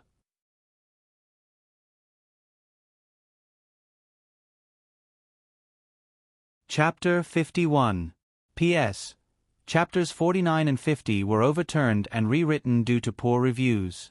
Those who read them yesterday can go back and read them again. Sorry, I won't do any more work. Ryuto Kiryu, the future second-generation leader of the Rulon Group, what exactly do you want to discuss with me? Not long after, when Ryuto and Sensible came to a corner of the school where no one was around, the latter put his hands in his pockets and asked in an expectant tone. Without a doubt, Sensible was looking forward to what Ryuto could say that would motivate him and break this silent world. But of course, Ryuto didn't disappoint and directly told him his goal. Kamiyoshi and Tenmu Group, you should know what these two names mean. Of course I know, the behemoth that rules both the black and the white. Sensible's most outstanding point was his insight and intelligence-gathering ability. Plus, the sea of the internet gave the young detective enough space to explore, so he naturally knew much more than ordinary people. Kamiyoshi, needless to say, as a large family that assisted the Shinto religion, they had a complicated relationship with the emperor and had great political influence. This family was not only the emperor's relative in the true sense, but they also had the privilege of being a god. In fact, whether it was politicians, the self-defense forces, or the police, they all had to listen to their orders, or they could be eliminated for disrespecting the gods. This kind of thing happened from time to time in history, and the Tenmu Group was a mega-corporation that rose a few decades ago. On the surface, they provided security, banking, and legal services for corporate giants, but in reality, they were merchants of death who sold weapons. As a military giant, they could be seen in the military conflicts of various continents. With the latest development of technology and the endless support of the company's inorganic capital, the tentacles of this dark military empire had already extended to every corner of Nippon. From the information Ming-Ji had gathered, these two behemoths were truly existences that could cover the sky with one hand. As long as one lived in this island country, it was impossible to be their enemy, just like no one would be the enemy of the sky above their head. But Ryuto said casually, "I want to deal with them." It was a simple sentence, but it was so moving. Deal with them, deal with this decaying country, deal with the darkness that shrouded the city. Sensible had thought of doing this countless times before, but he didn't dare. That's right, Sensible didn't dare. He was terrified. After knowing how deep the darkness of this country was, he chose to escape. But at this time, Ryuto stood in front of this deserter and openly stated his goal. From Long-Do's point of view, he had no choice but to do so. Tenmu Group didn't want him to live, and Kamiyoshi wanted him to stay away from his love. Could he not to fight in this situation? If he didn't fight, then there would be nothing left. But from Sensible's perspective, this extreme Dao young master was like a determined revolutionary, fighting for his ideals and for the world. Unknowingly, Ryuto seemed to grow a pair of wings behind him, and an angel-like halo appeared on his head. Of course, there was no such thing. Sensible's Chunibu disease was causing hallucinations. After taking a deep breath, Sensible asked seriously, "It's easy to say. What do you plan to do?" "I'll develop my Ryo group into a sufficiently large organization. Then, I'll take advantage of the situation between the Kanzaki family and the Tenmu Group and lure them into war so that I can benefit from it." Ryuto answered quickly, because this was the answer he had thought of long ago. After all, he was very clear about what would happen in this world in the future. He didn't even need to lure them. Next, these two groups would experience a series of open and hidden struggles. When the sandpiper and the clam fight, the fisherman benefits. With Ryuto's understanding of the two forces and the future world, he could let the Rulon Group deal with the two sides while constantly strengthening himself. When the war between the two behemoths reached its peak 2 years later, the Rulon Group could directly backstab the two forces and directly destroy them at the same time. But the premise of this was that the fisherman also had to have the strength to kill the enemy. "In order to achieve this goal, I need your help, Holmes too." After explaining the general plan to Sensible, Ryuto generously extended his hand. "Crazy, what a crazy man." Hearing that, Ming-Ji sighed. Then, he held that hand. Indeed, Ryuto was a madman, but Sensible was no better. There was a fire in his heart, a fire that wanted to light up the darkness. This fire was on the verge of extinguishing, but because of today's sudden invitation, it was reignited. In this way, the future famous detective Sensible Goro became Ryuto's partner and a torch for him to fight against the darkness. After both sides understood each other's meaning, the following conversation was easier to unfold. "Ryuto, in fact, as the future second generation of the Rulon Group, I can understand why you want to deal with the officials, but where did the Heavenly Eye Group come from?" "Not long ago, the Heavenly Eye group, planted a mole around me. They wanted to take over the Rulong group, after getting rid of me. I suspect that my father's imprisonment was also their doing. I see. In recent years, there have been strange changes of leaders within many extreme groups. Could it be that the Heavenly Eye group is also behind it? It's possible. If that's the case, those guys' hands are too long. It feels like they're everywhere. Indeed, it's not impossible for them to throw a few mercenaries from the sky and kill the two of us directly. Ha ha ha, this is really impossible. Of course, this is the Dory No. 1 high school. I'm just joking. Rumble, rumble, rumble. Before Sensible smiled and said, I'm just joking, how can I work in the school? A gust of wind had already rolled up in the sky. When Ryuto and Sensible looked up with an unbelievable expression, they saw a white helicopter suddenly flew out from behind the wall not far away. It wasn't a joke, nor was it Sensible's illusion, but a real helicopter. Moreover, there was a huge eye pattern on the side of the helicopter. Behind the eye pattern, there was a map of the Earth as if indicating that this heavenly eye was monitoring every movement in the world. The most terrifying thing was that the cabin door of the helicopter had slowly opened, and a few men in green mercenary clothes also revealed their bodies from there.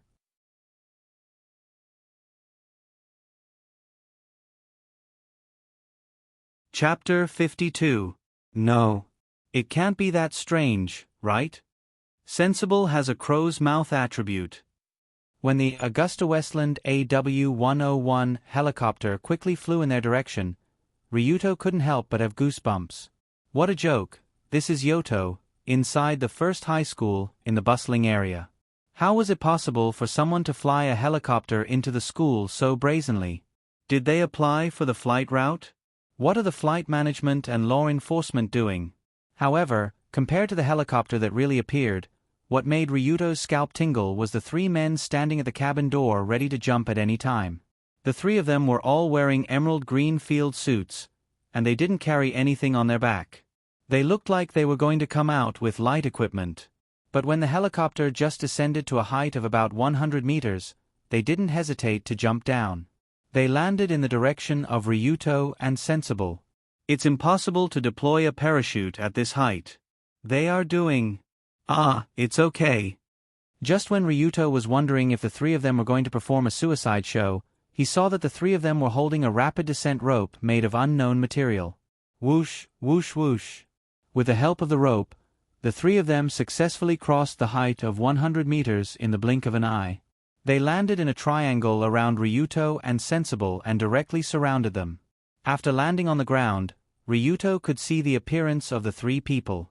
The tough face with various scars visible to the naked eye, the sturdy and flexible body was filled with a calm temperament that could only be cultivated after experiencing the battlefield. There was no doubt that the three guys in field suits weren't military fans or field combat enthusiasts, but mercenaries that returned from somewhere. It's Tenmu Iam. That woman is planning to make a move on me so soon? And it's in the school. In an instant, only such a curse-like name appeared in Ryuto's mind. In the entire Tokyo, the only force that could so brazenly mobilize helicopters and mercenaries to Dory First High School was probably the Heavenly Eye Group. They had all kinds of special channels and means, and they could carry out some very exaggerated battle plans within the city without restraint. Even the government couldn't do anything about them. In fact, Ryuto expected that Iam would find trouble with him. After all, he completely destroyed Iam's plan the night before yesterday. Last night, he also cleared out Iam's pawns in the Rulong group. After this, Iam's plan to control the Rulong group was completely ruined. It would be strange if she didn't find trouble with him. That was why Long Do wanted to rope in his team as soon as possible, especially Ming Ji, who was proficient in network hacking, so that Ming Ji could monitor the Heavenly Eye group's actions from all aspects. But it was too fast, it was really too fast. Ryuto just pulled Sensible into the team, and the people sent by Iam had already arrived? That bastard didn't even bother to wait for him to leave the school for a few hours. Even if she was impatient, she shouldn't be this impatient. Suddenly, behind the three mercenaries, Ryuto seemed to be able to see an impatient face. Indeed, Tenmu Ayam was known for her impatience. She once had a glorious history, where she clearly arranged a meticulous murder plan, but because she suddenly felt bored, she directly threw a bomb to blow up the target and the entire building. This kind of impatience and freewheeling personality made her behavior unpredictable. Facing her was like facing an alien creature in human skin. However, just as Ryuto and Sensible stood back to back, nervously watching the three mercenaries, one of the oldest mercenaries slowly opened his mouth. He said in a stiff tone, "Ryuto Kiryu, my master invites you to come with us." The mercenary's tone was stiff, and the meaning behind his words was also stiff, leaving no room for negotiation. Although he said, "Please," in reality, he meant, "Come with me." As expected of Tenmu Ayam. So that's how it is. She doesn't intend to kill me here, but wants to bring me to the unrestrained Sky Tower, and use some methods to kill me? After understanding that these three mercenaries were ordered by Ayam to bring him back, Ryuto understood Ayam's meaning. The unrestrained Sky Tower was the headquarters of the Tenmu group, and also the home of Tenmu Ayam, who was the commander. The reason for this name was that the Tenmu clan was the black-blooded successor of the legendary demon king of the sixth heaven, Oda Nobunaga. They were the descendants of the true demon king.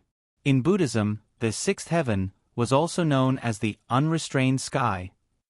The heavens seized what he had transformed into for its own entertainment. Simply put, it was seizing other people's things for its own entertainment. It belonged to the most vile world of desires. Tenmu was similar to demon. As a descendant of the black-blooded successor of the demon king, Tenmu Ayam possessed malice far beyond human imagination. She loved to watch the miserable struggles of humans before they died. Under such circumstances, Long Do was well aware of the consequences if he was brought to the unfettered Sky Tower. He might as well just die and be done with it. Thinking of this, Ryuto decided to give it a try. Rather than being captured by Ayam as a toy, he might as well try to break out of the encirclement. After preparing himself, Ryuto quietly reached his hand into his pocket, preparing to pull out a pistol from his equipment slot. He observed carefully, perhaps because they were on a mission in the school, the three mercenaries did not carry any firearms. As long as he could pull out a pistol, he should be able to fight. But obviously, the quality of a professional was not something Ryuto could compare to.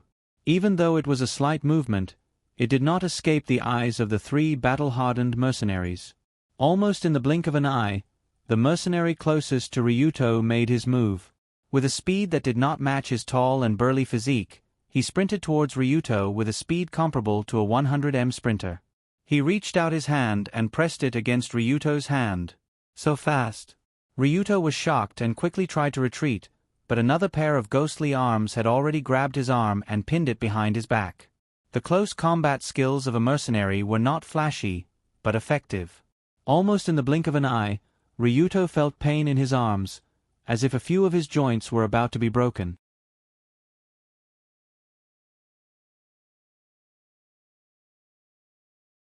Chapter 53. Good heavens! Is this the true meaning of a professional? Just as his hands were tied behind his back, Ryuto couldn't make any effective resistance. Even if his physical fitness reached the level of a professional, his experience and skills were worlds apart from this group of mercenaries. Seeing that Ryuto was caught, Sensible on the side also squatted down and put on a look of not resisting. His actions at this time were undoubtedly correct. After all, the only target that I am invited was Ryuto. So if Sensible made even half an offensive move at this time, his neck would be snapped in the next moment. Whoosh! When Ryuto was held down, a rope ladder was immediately thrown down from the helicopter suspended in the sky.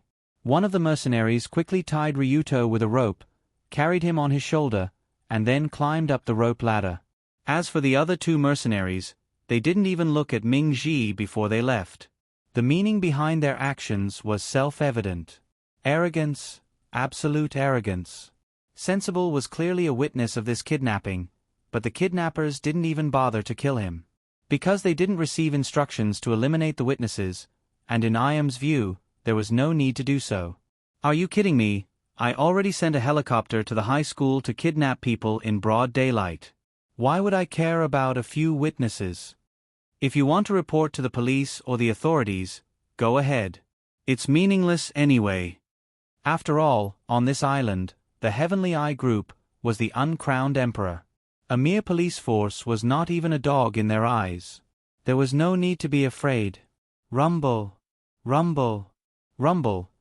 When Mingji saw the helicopter flying off into the distance, he was dumbfounded. From the appearance of the helicopter to Ryuto being taken away, the whole process passed at most 2 minutes. It was so fast that it was impossible to guard against, and there was no way to make any rational response. Damn! Ryuto, don't let anything happen to you.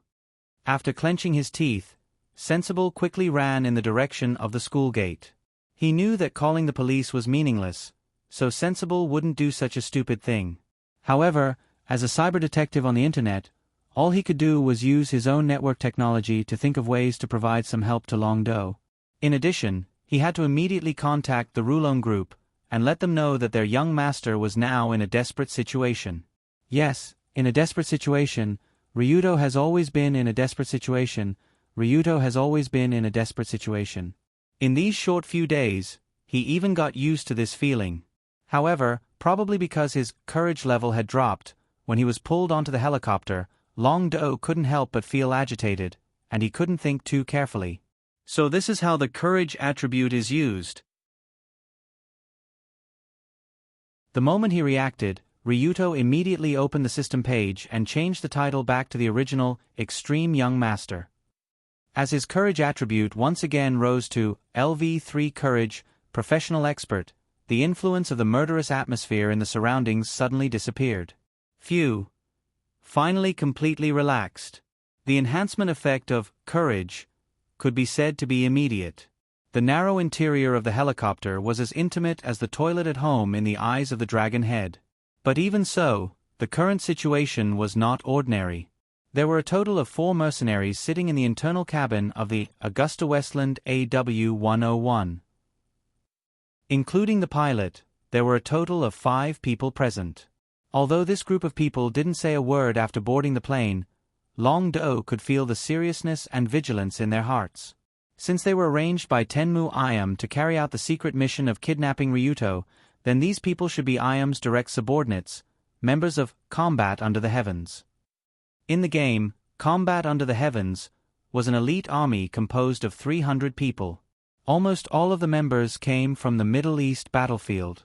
They were all ruthless characters who crawled out from piles of corpses. With Ryuto's current strength, it was impossible to escape from the hands of Combat Under the Heavens. It was simply suicide. But if he was brought into the unrestrained Sky Tower, then there was a high probability that he would be met with a dead end. From a certain point of view, when Ryuto was dragged into the helicopter, his fate was already sealed. But even so, Ryuto was not discouraged because he was not afraid of death. After previously increasing his charm attribute, Ryuto's little treasury had about 8.45 million inch left. In other words, if the Dragon Sage did not intend to buy any items, this money would be enough for him to revive 8 times, giving him 8 chances to deal with this disaster. So now, the first thing to do was to observe, no matter the slightest clue or clue. Only by observing carefully enough could Ryuto find a ray of hope in this hopeless situation. In addition, he also had to see if there were any useful and cheap items to buy in the system's Krypton shopping mall. So, when the helicopter flew towards the unrestrained Sky Tower, Ryuto quietly observed the situation of the mercenaries while constantly rummaging through the system's shopping mall. There were many things in the Krypton shopping mall, but considering the issue of cost-effectiveness, Ryuto could only look at some of the useful items and drool. For example, the rogue flying needle, which was very similar to Detective Conan's watch, could shoot an undetectable flying needle to knock out a person. It was a must-have item for killing people at home and traveling. Unfortunately, this flying needle required 1 million yen. It was so expensive that people couldn't bear to buy it. And in the face of so many enemies, knocking out one of them was not very meaningful. It was not as useful as the pistol in the equipment column. As for the other items, they were either useful but too expensive to buy, or cheap but useless. Ryuto was very confused. Huh? Wait, this is... Just as Ryuto was looking through the shopping mall page by page, he suddenly saw something similar to a contact lens. Item: Rogue Analysis Lens. Uses: a wonderful lens that can see the physical attributes of others, but not their clothes. It can be said to be a gentleman's item. See the physical attributes of others? Could it be that through this lens, he could know the attribute level of others? When he saw this description, Ryuto was suddenly interested. After all, in this situation, if he could see the attributes of others, it would be of great help to Ryuto.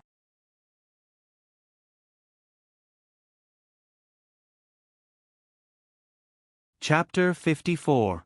Intellect, Physique, Courage, Insight, Charm. These 5 attributes basically contain the strength of a human's ability in all aspects. Through the system, Ryuto could see his own attributes, but there was no way to see the attributes of others. Even in the original game, Red Album 2, No Survivors, there was no interface for the character's attributes. So until now, Ryuto could only use the information available in the game to judge the upper and lower limits of other people's abilities. But this kind of shallow judgment was definitely not as effective as the Rogue Analysis Lens. If he could know the attributes of everyone around Ryuto, then he could infer a lot of things.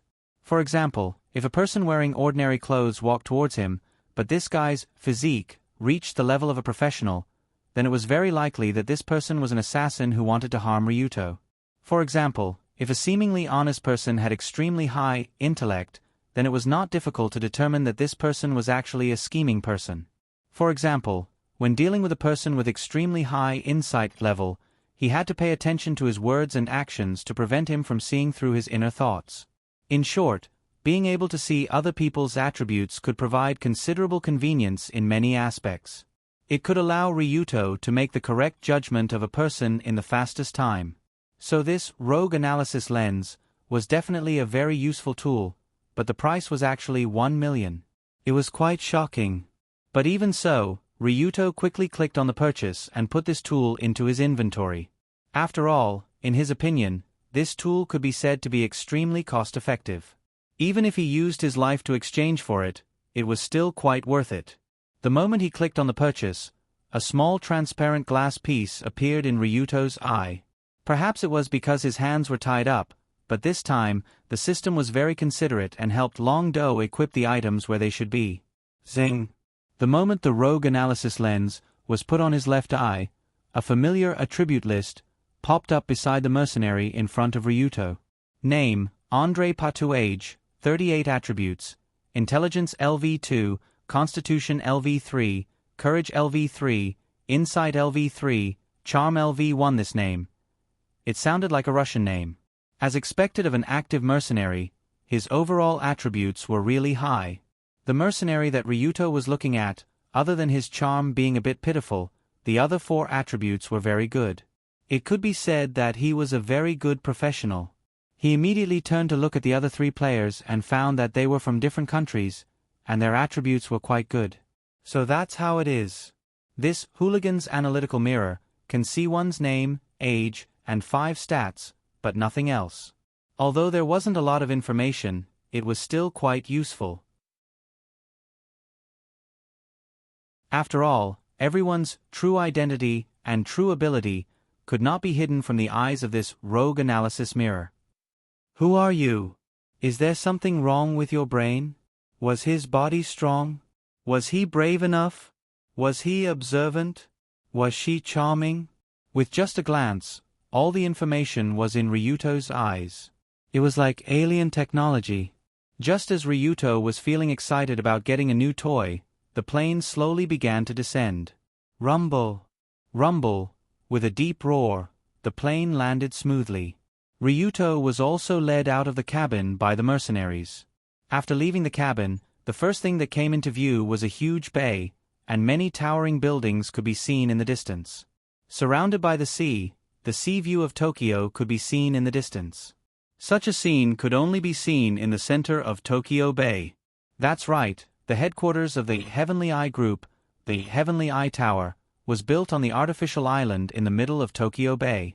The design of the Heavenly Eye Tower was a rather strange abstract style. The main body was gradually connected by 6 building parts, and the shape that kept spiraling upward was even more straight to the sky. With a height of 666 meters, it looked like some kind of religious base. Of course, it was indeed some kind of religious base, but the god it worshipped was the legendary demon king of the 6th heaven, Oda Nobunaga. After leaving the helicopter, Ryuto was brought inside from the helipad of the tower. After walking through several long corridors, they came to a spacious study. The study was extremely spacious, and the decoration style inside was also very chaotic. The moment he entered, he didn't know where to start complaining. Ink watercolors hung on the walls, and the solemn European-style bookshelf was filled with various figurines with heads broken. There was a huge Doraemon engraved on the dark desk, and the gorgeous carpet had been sprayed all over by someone with spray paint. This was a typical example of how a patient with schizophrenia would ruin their room after they had money. Anyone who stepped into this study should know that the person they were dealing with was definitely not a normal person. But what was different from the style of this insane study was that the appearance of Eheim Amateru did not give off the feeling of a crazy person. In fact, Tenmu Ayam was a great beauty. If she chose to debut on the spot, she would have more than 1 billion fans tomorrow. When Ryuto came to the study, the tall figure was standing in front of the innermost floor-to-ceiling window, looking at the calm sea in the distance. Just the sight of her back was enough to drive men crazy. It was hard to imagine what kind of shock such a woman would bring when she turned around. However, in the next second, the woman turned her head and glanced at the distinguished guest she had invited with her pair of the most special eyes in the world. At that moment, Ryuto felt like he was in an abyss, as if he had fallen into an ice cave. A natural fear like a mouse seeing a cat quickly spread through his body, and he couldn't even move a finger. Tenmu Ayam was very beautiful. She was indeed very beautiful. Her eyebrows were picturesque, and her dimples were like jade. Her facial features were as exquisite as if they had been measured inch by inch with a ruler. Her figure had the golden ratio, and her shiny black hair was slightly curled. It was tied into a graceful and luxurious ponytail that draped over her shoulders. Peerless beauty. If one had to describe Ayam's appearance, it could only be described with these 4 words. Her appearance might not be the most beautiful in the world, and her figure might not be the best in the world. But that peerless beauty was something no woman could compare to. No, it could be said that they didn't even have the qualifications to compete with her. But even if the woman standing not far away was indeed beautiful, it still couldn't stop Ryuto's body from trembling. Because when he saw the eyes that seemed to be connected to the bottom of the abyss and felt the inhuman temperament on her body, all the beauty on her body would immediately turn into a bone-chilling malice, making people want to commit suicide on the spot so that they wouldn't stay in the same world as this woman. Malice was malice. Deep malice, bottomless malice, malice that made people go crazy. But this didn't mean that Tenmu Ayam was a woman full of malice. To be precise, she was the physical existence of the word evil, a flower of evil that bloomed in black blood.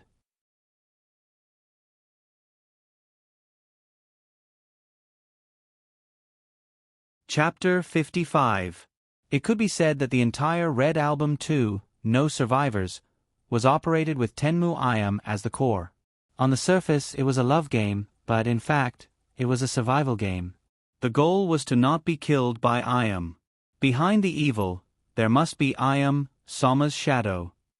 This was the player's evaluation of the witch, and when they called her, they had to add the honorific, Sama. There weren't many characters in the game that could make players call them honorifics from the bottom of their hearts. Only a few very charming characters had such an honor. Was Ayam charming? Of course, she was too charming. As the current head of the Tenmu clan, she was the 37th generation direct descendant of Japan's greatest demon king, Oda Nobunaga. At the same time, she was the most terrifying monster in the world.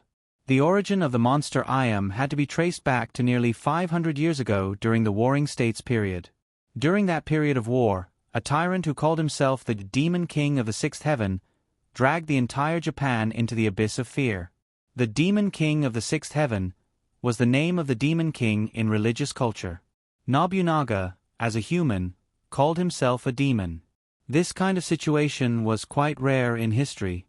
During his lifetime, Oda Nobunaga's atrocities represented by the burning of Mount Hai made the contemporary people hold a strong fear and reverence for him. Under the name of spreading martial arts throughout the world, the army continued to advance, and the people who died under Nobunaga's hands were piled up like a mountain. Thus, he really became a demon king, a true demon king in the truest sense.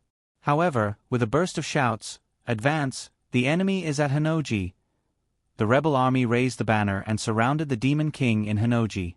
In historical records, the demon king of the sixth heaven and Honnouji turned into ashes in the flames of the Red Lotus. But history didn't record that the demon king laughed and shouted such a sentence before he died. "Burn, burn. My body may be destroyed, but my bloodline will be passed down for eternity, until this world turns into ashes. Ha ha ha ha." Although the demon king died, the black blood was still there. The surviving bloodline took the wealth that Nobunaga collected and fled far away, hiding the family in the darkness of history. 500 years. For nearly 500 years, this clan had been fighting for only one thing: carry on the wishes of the ancestors, turn this world into ashes. However, this was definitely not a great undertaking that could be completed overnight. In order to achieve this goal, every generation of patriarchs would do everything in their power to nurture their successors. Every generation of the clan leader of the Heavenly Eye clan would look for the most outstanding criminals to breed with.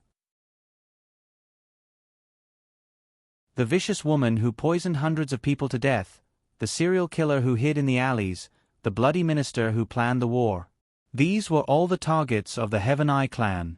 The heavenly demon's black blood needed pitch-black malice to make it thicker, extracting the essence of evil from the outside to give birth to evil heirs, causing the descendants of this family to be further and further away from normal people. During this process, they often used all kinds of drug experiments, surgical modifications, hypnosis, brainwashing, and other methods to ensure that they could stimulate all the potential of the heir. Finally, the former patriarch would place the heirs that he had carefully nurtured in a large house that was built in imitation of Honnouji. He would let them kill each other, leaving only one behind. This kind of feeling was like raising a parasite. Only the parasite king, who could eat his siblings, would be the next patriarch who could make the black blood of the Heavenly Eye clan thicker. This absurd racial transformation had been carried out for as many as 36 generations. After nearly 500 years of racial modification, although Heavenly Eye had the outer shell of a normal person, her inner self was greatly different from a normal person. Ryuto had described her as such before. Dealing with her was like dealing with an alien in human skin. At this moment, standing in this study, Ryuto personally experienced how ridiculous an alien in human skin was. This guy can't be right. When Heavenly Eye stood in front of him alive, Ryuto's left eye's rogue's analytical lens quickly analyzed the data. However, looking at these numbers really made one's head hurt. After all, this world boss's stats were as follows: name, Heavenly Eye age, 26 years old stats, intelligence LV5, constitution LV4, courage LV5, insight LV5, charm LV5. Was there a bug in this world? How could such a monster be allowed to exist? Seeing Heavenly Eye's stats that were almost maxed out, Ryuto really wanted to travel back in time and not play with her in this world. After all, the stats of LV5 Extreme Superman were extremely overpowered. In the game, it was not that there were no characters whose stats had reached the peak. For example, Cathouse Bunnyball should have LV5 Constitution, Tsukigami Yunyen should have LV5 Charm, and the later Kanzaki Colored Glaze should have LV5 Intelligence, and so on. However, this group of top talents only had a single stat that was off the charts. The other stats were sparse and normal. This was actually a normal situation. After all, how could there be a top military advisor, an invincible fighter, an extreme boss, a famous detective, and a super idol? Sigh, there really was such a person. She was right in front of him. King. Did you cheat, bastard? From Ryuto's point of view, Iam's bullshit stats were completely modified by cheating.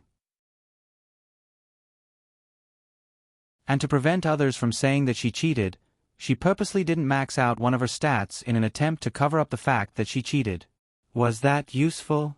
Did you think that you were normal just because you didn't max out all your stats? Normal my ass. If you're not on the banned list tomorrow, I'll jump off the building. How is it? Are you done with your observation? Just as Ryuto was staring at Ayam in a daze, he heard a very special voice coming from the front and entering his ears. Yongji's voice was different from the clear and melodious voice of a woman.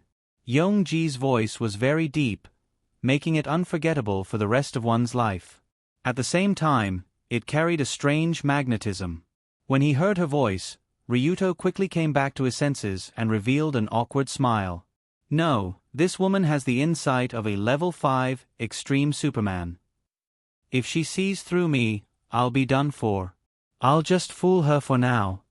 In order to cover up his gaffe, Ryuto awkwardly smiled and said, "Sorry, when I saw you, I was unconsciously addicted to your beauty, so I was a bit stunned for a moment." Ha!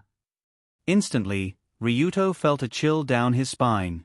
Although the latter half of the sentence was what he meant, it didn't come from his mouth. It was Ayam who casually added it. And when she added it, the corner of Ayam's mouth raised in a subtle arc.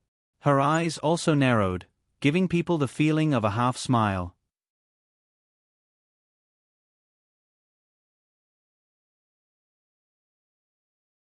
Chapter 56. It had to be said that because of Ayam's beauty, when she showed this subtle expression, it was quite beautiful. But in the game, whenever Ayam showed this expression, someone would die. After understanding this, Ryuto asked with trepidation, "What do you mean?" "What do I mean? I'm just stating the words you're going to use to brush me off. Aren't you going to use this as an excuse to cover up the fear when you see me?" The smile on Ayam's face grew bigger and bigger. She slowly walked out from behind the table and walked briskly toward Ryuto. Her slender white feet were wearing slender high heels. When the heels hit the carpet, there was no sound, but every step seemed to step on Ryuto's heart. Before Ryuto could react, Ayam moved her head closer and asked with excitement and joy, "You're 100% seeing me for the first time. Why do you feel so scared? What did you see just now?" Ayam was sure that it was Ryuto's first time seeing her. Even if many people in the underworld knew the name Tenmu Ayam, there were not many people who had actually seen her.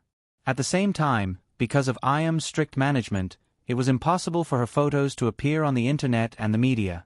But Ryuto obviously knew who she was, and he immediately showed a nervous expression as if he saw a ghost, which made Ayam quite curious.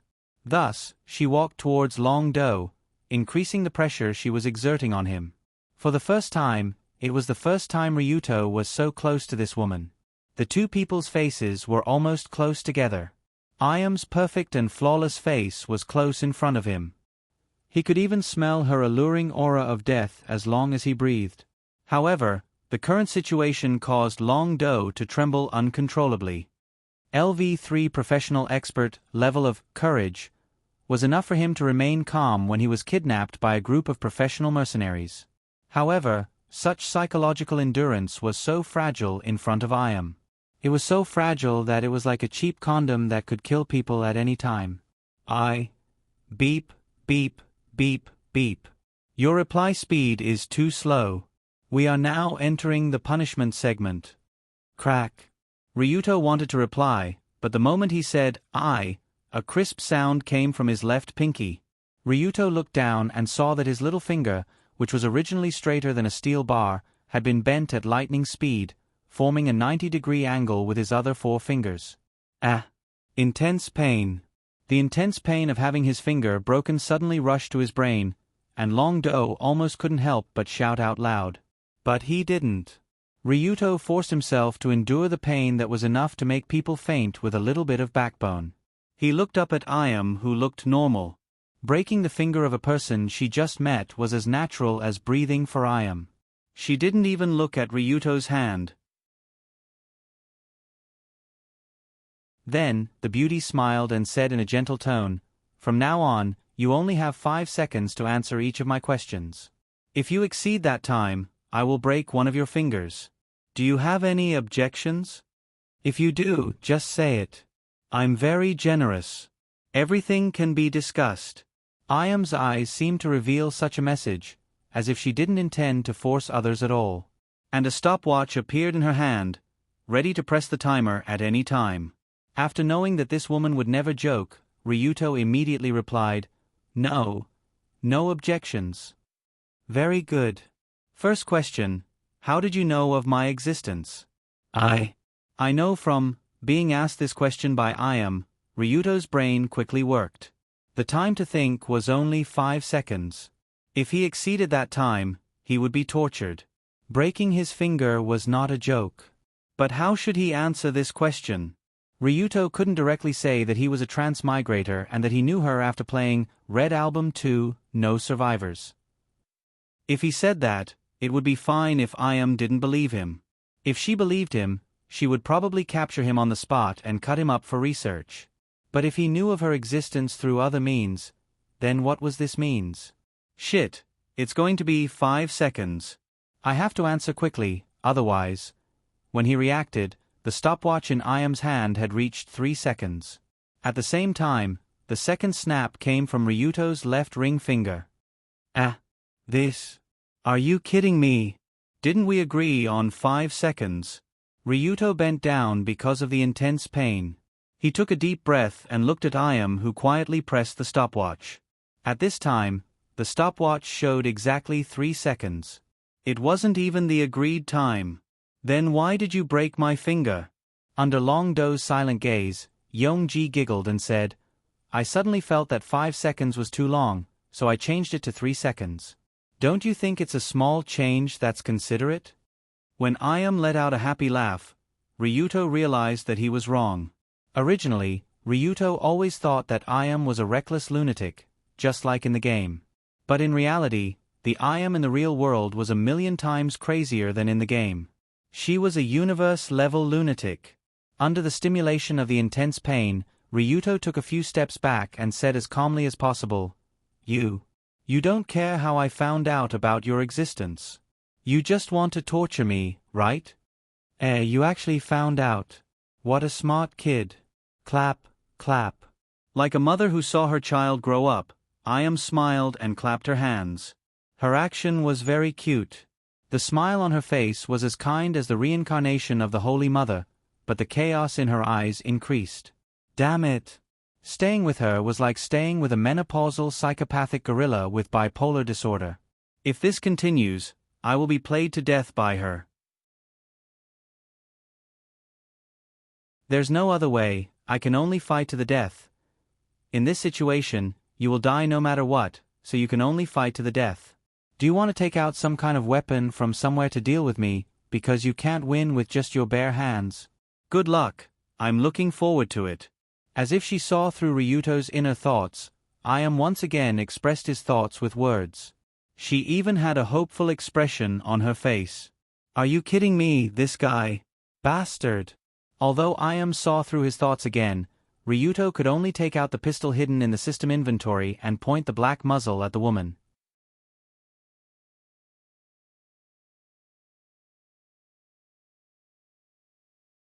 Chapter 57. He didn't know if it was because of Ayam's absolute confidence or for some other reason. Now there were only the two of them in this spacious study room. There was not even a bodyguard, and the door of the study room had already been firmly closed. In other words, now it was a one-on-one contest between Ryuto and Ayam. Ayam's advantage was unquestionable. Her 5 attributes were as strong as an animal. There was absolutely no human in the world who could match her. But Ryuto's side was not absolutely without a chance of winning. After all, he had the unpredictable Krypton Fate reversal system. As the young man raised his right hand, a pitch-black pistol appeared in his hand, and the tip of the gun was pointed at Ayam's chest. Yongji didn't have any weapons. Her tight clothes couldn't hide any weapons, unless it was magically conjured like Long Do. Wow. Amazing. How did you get the gun? Where did you hide it before? Then, when Ayam was pointed at by the gun, she opened her eyes like a naive child and curiously looked at the weapon that could take her life at any time. Although the gun was pointed at her, Ayam didn't panic at all. It was as if in her eyes, the weapon in Ryuto's hand that could take her life with a pull of the trigger was just a child's toy. Don't move or I will shoot. Okay, I won't move and then? Under the influence of Ayam's ridicule, Ryuto took a deep breath and walked toward the window while inhaling. If he wanted to escape from here, he definitely couldn't go through the door. There must be mercenaries outside waiting for him. Generally, in this case, the easiest way to escape was to take a hostage. But holding Ayam hostage was no different from seeking death. Only someone with sulfuric acid in their brain would hold her hostage. So now, the only way left for Ryuto was to break the window. As long as he broke the window, he could get out. Although the unfettered sky tower was 666 meters tall, it was surrounded by a vast expanse of blue ocean. If he could jump out of the window, he might have a chance of survival. Of course, Ryuto also knew that jumping into the water from such a high place was not much different from landing on concrete. But even if there was only a 1% chance, he might as well try it. It was better than staying here and being played to death by Ayam. However, Ayam watched Ryuto walk step by step toward the window. She stood there motionlessly with a smile on her face. This strange attitude made Ryuto felt even more uneasy. After cautiously approaching the huge floor-to-ceiling window, Long Do could see the sparkling sea in the distance, shining dazzlingly under the sunlight. There's a problem here. It seems that this window is not so easy to break out. Let's do it. After glancing at Ayam, Ryuto quickly stepped on the floor and his whole body slammed into the window like an arrow leaving the bow. Immediately after, a muffled dong sound came from the study, but it was obviously not the sound of glass breaking. Pfft! Ha ha ha ha ha! Surrounded by Yongji's demonic laughter, Long Do, whose eyes were full of stars, climbed up from the ground in a sorry state. His face had a very uncomfortable expression. This is the first time I've seen someone use their body to hit a nano-level bulletproof glass that can't even be broken by a rocket launcher. You're really a comedian. Have you watched too many movies?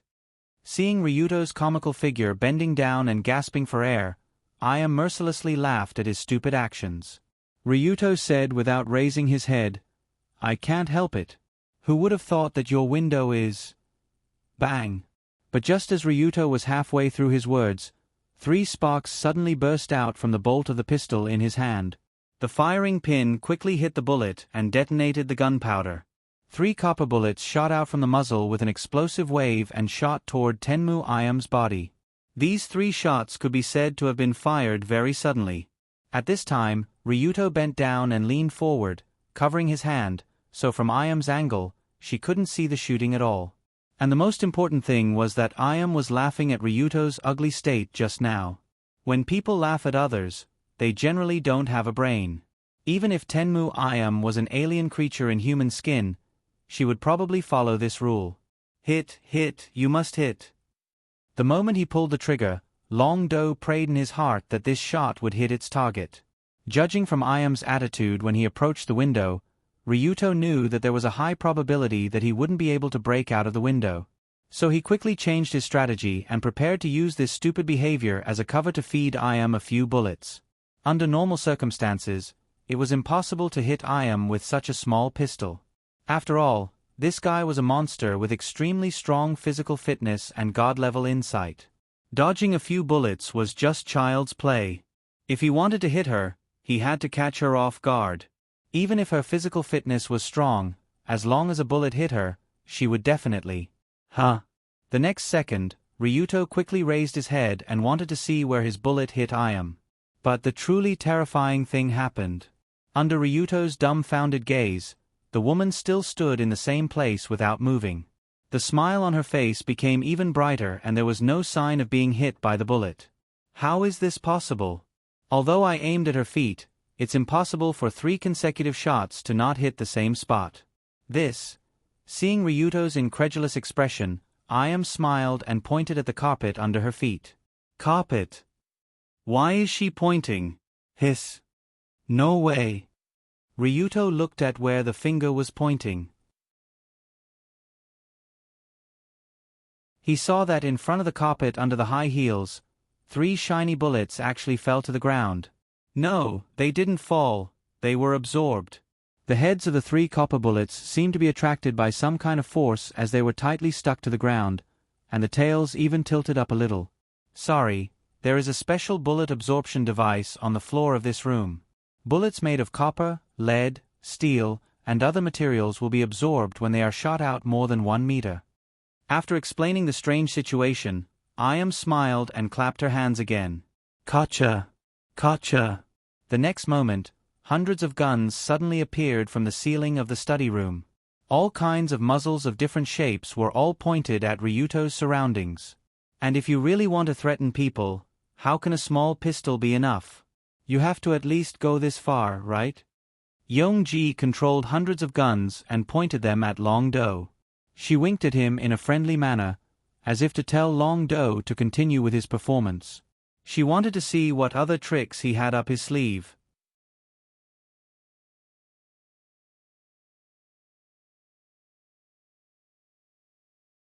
Chapter 58. Ryuto had never imagined that there would be a day when he would be pointed at by so many guns at the same time. Pistols, rifles, double-barreled shotguns, submachine guns, light and heavy machine guns, carbines, sniper rifles, grenade launchers, and even a flintlock. F***ck your mother, are you holding an arms expo here, you bastard? Others are calling out the dishes, but you are calling out the guns?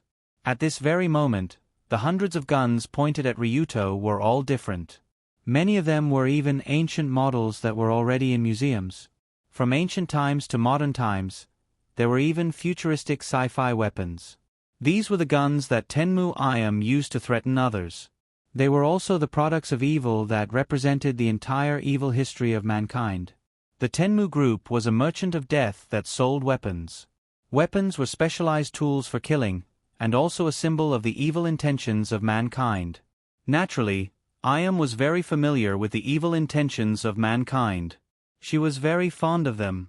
Of course, it was hard to say whether she liked the guns themselves, or the feeling of pointing them at someone's nose. Just as Ryuto was feeling numb from the different guns, Ayam smiled and reminded him, "By the way, these guns are loaded with specially made reinforced glass bullets. You don't have to worry about the bullets not being able to be fired. It'll be fun to shoot." The floor of the room was indeed equipped with a device that could absorb all metal bullets, but the weapons on the ceiling were all made of reinforced glass bullets. It was perfect. The layout of the study could be said to perfectly demonstrate the vile character of Tenmu Ayam. "Only I'm allowed to beat you up, not you. Heh, this is how willful this old lady is." If not for the fact that Ryuto was unable to retaliate, he really wanted to pick up the bullets on the floor and stuff them into Ayam's nostrils, or any other orifice. It's over. I didn't expect her study to be so overboard. It seems that it's impossible to win against her here. Originally, when Ryuto was caught in the unrestrained Sky Pagoda, he thought about whether he could have a battle of wits with Ayam and try to get rid of this great demon. Now that he thought about it, his naive thinking was like eating peaches. If Tenmu Ayam could be dealt with so easily, the Konoshiro clan, which held the most authority, would have already turned her into ashes. How could they have allowed her to run amok for so long?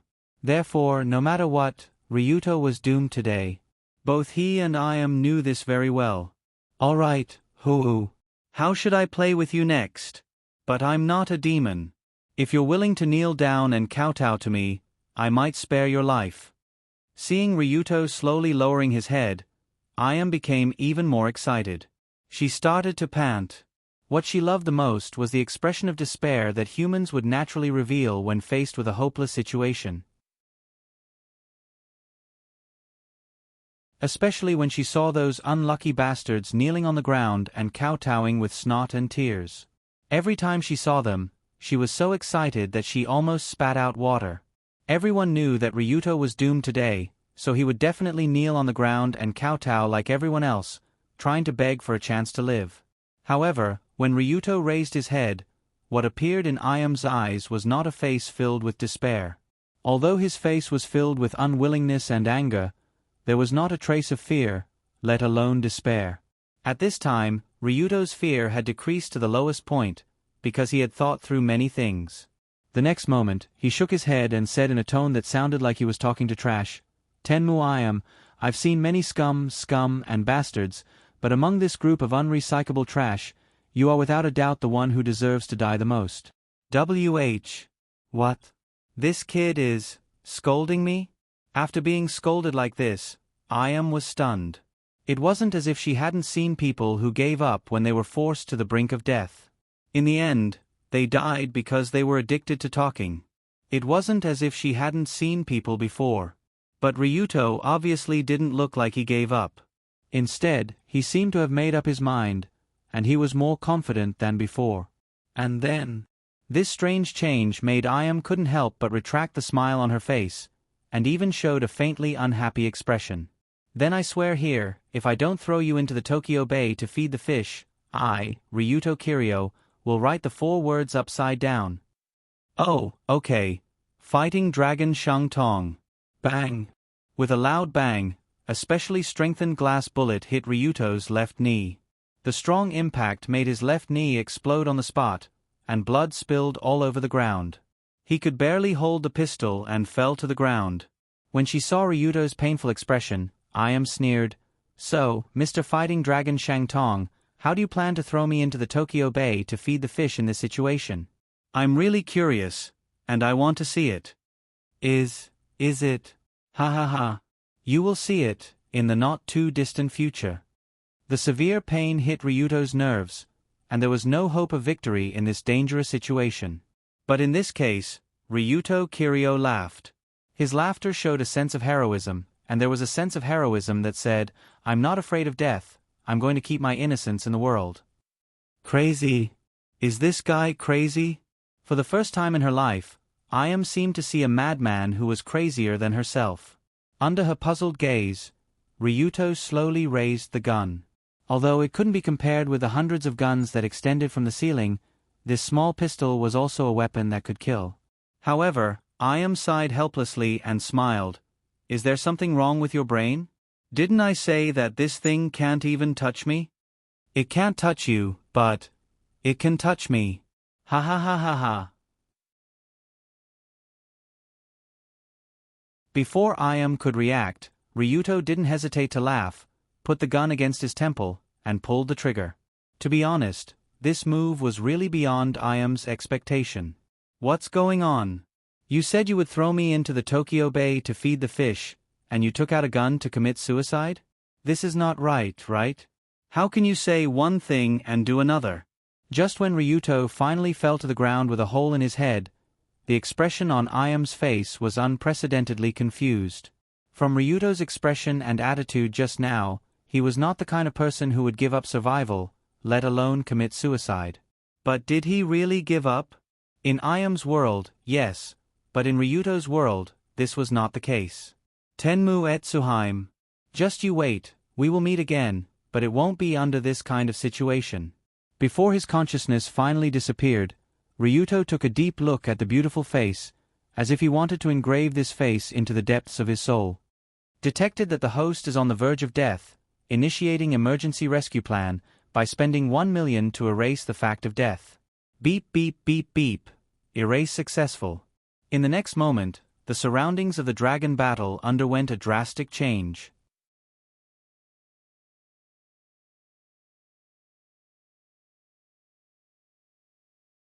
Chapter 59. The messy and dangerous study room immediately disappeared. Ryuto was in a corner of the school where no one was around. Tenmu Ayam's beautiful face that made people want to vomit also disappeared. In its place was Sensible Goro's handsome face that made people want to beat him up. Moreover, Ryuto and Sensible were still holding hands. The handsome guy in front of him had a look of excitement in his eyes. At this time, it should be about half an hour before Ryuto's carefree pagoda suicide show. He had just negotiated with Sensible and shook hands with him. Even the Spread the Martial Arts mercenary group sent by Ayam didn't appear. Phew. I've never felt the school's atmosphere was so friendly. Sensing that he had finally left the Devil's Den, Ryuto couldn't help but take a deep breath. He felt his whole body was energized. At this time, Sensible asked with a smile, "Ryuto, actually as the quasi-second generation of the Rulon group, I can understand why you want to deal with the government. But where did the Tenmu group come from? This, not long ago. Let's not talk about it. Let's run. Ryuto instinctively wanted to reply that, not long ago, the Tenmu group planted a mole around him, or something like that. But his expression immediately changed. He grabbed Sensible's wrist and ran away. Say my ass, leave first. If Ryuto remembered correctly, that deadly Augusta Westland AW-101 would immediately appear above his head. The three mercenaries would also immediately parachute down to kidnap him. With Ryuto's current strength, it was impossible for him to come out alive after being caught in the carefree pagoda. As long as he entered, he would die. No matter how many times he looked back, it would be meaningless. So the first thing to do now was to leave this place. This wasn't escaping, but a strategic shift. But when Ryuto pulled him away, Sensible naturally showed a confused expression. What the hell? Just a moment ago, we were still happily shaking hands and chatting to improve our relationship, and the next second, we suddenly started running. Could it be that running was also a way to improve their relationship? But wasn't he running a little too fast? This was the first time he had seen someone use a 100-meter sprint to cultivate a relationship. In the blink of an eye, the two of them rushed out from the corner of the school and came to the side of an old teaching building that was rarely used. Huff, huff, huff, Ryuto? Don't ask questions. Listen to me first. Right now, the people from the Heavenly Eye group are rushing over here to capture me. Hurry up and head over there to avoid being implicated. But before Sensible could finish his sentence, Ryuto quickly said to him and pointed in the direction of the school gate. What? Tenmu groups. It can't be, right? Just as Sensible bent over to catch his breath, Ryuto had already waved his hand and quickly ran into the old teaching building. Of course, if he really wanted to run, it was naturally the easiest to run with Sensible to the school area with a lot of people. Although the mercenaries of the World Dueling Force dared to chase into the school, they didn't dare to start a massacre here. After all, the nature of the situation was completely different. Then why did Ryuto run to the old teaching building when he knew he could retreat? The reason was simple. Running away wasn't Ryuto's style. He planned to launch a wave of furious counterattack here. After all, he had just been crazily abused by Ayam and was forced to commit suicide in front of her. Right now, Ryuto's heart was also filled with anger. Heavenly Ayam. After suffering so much from you, I'll take back some interest from your subordinates. Gotcha.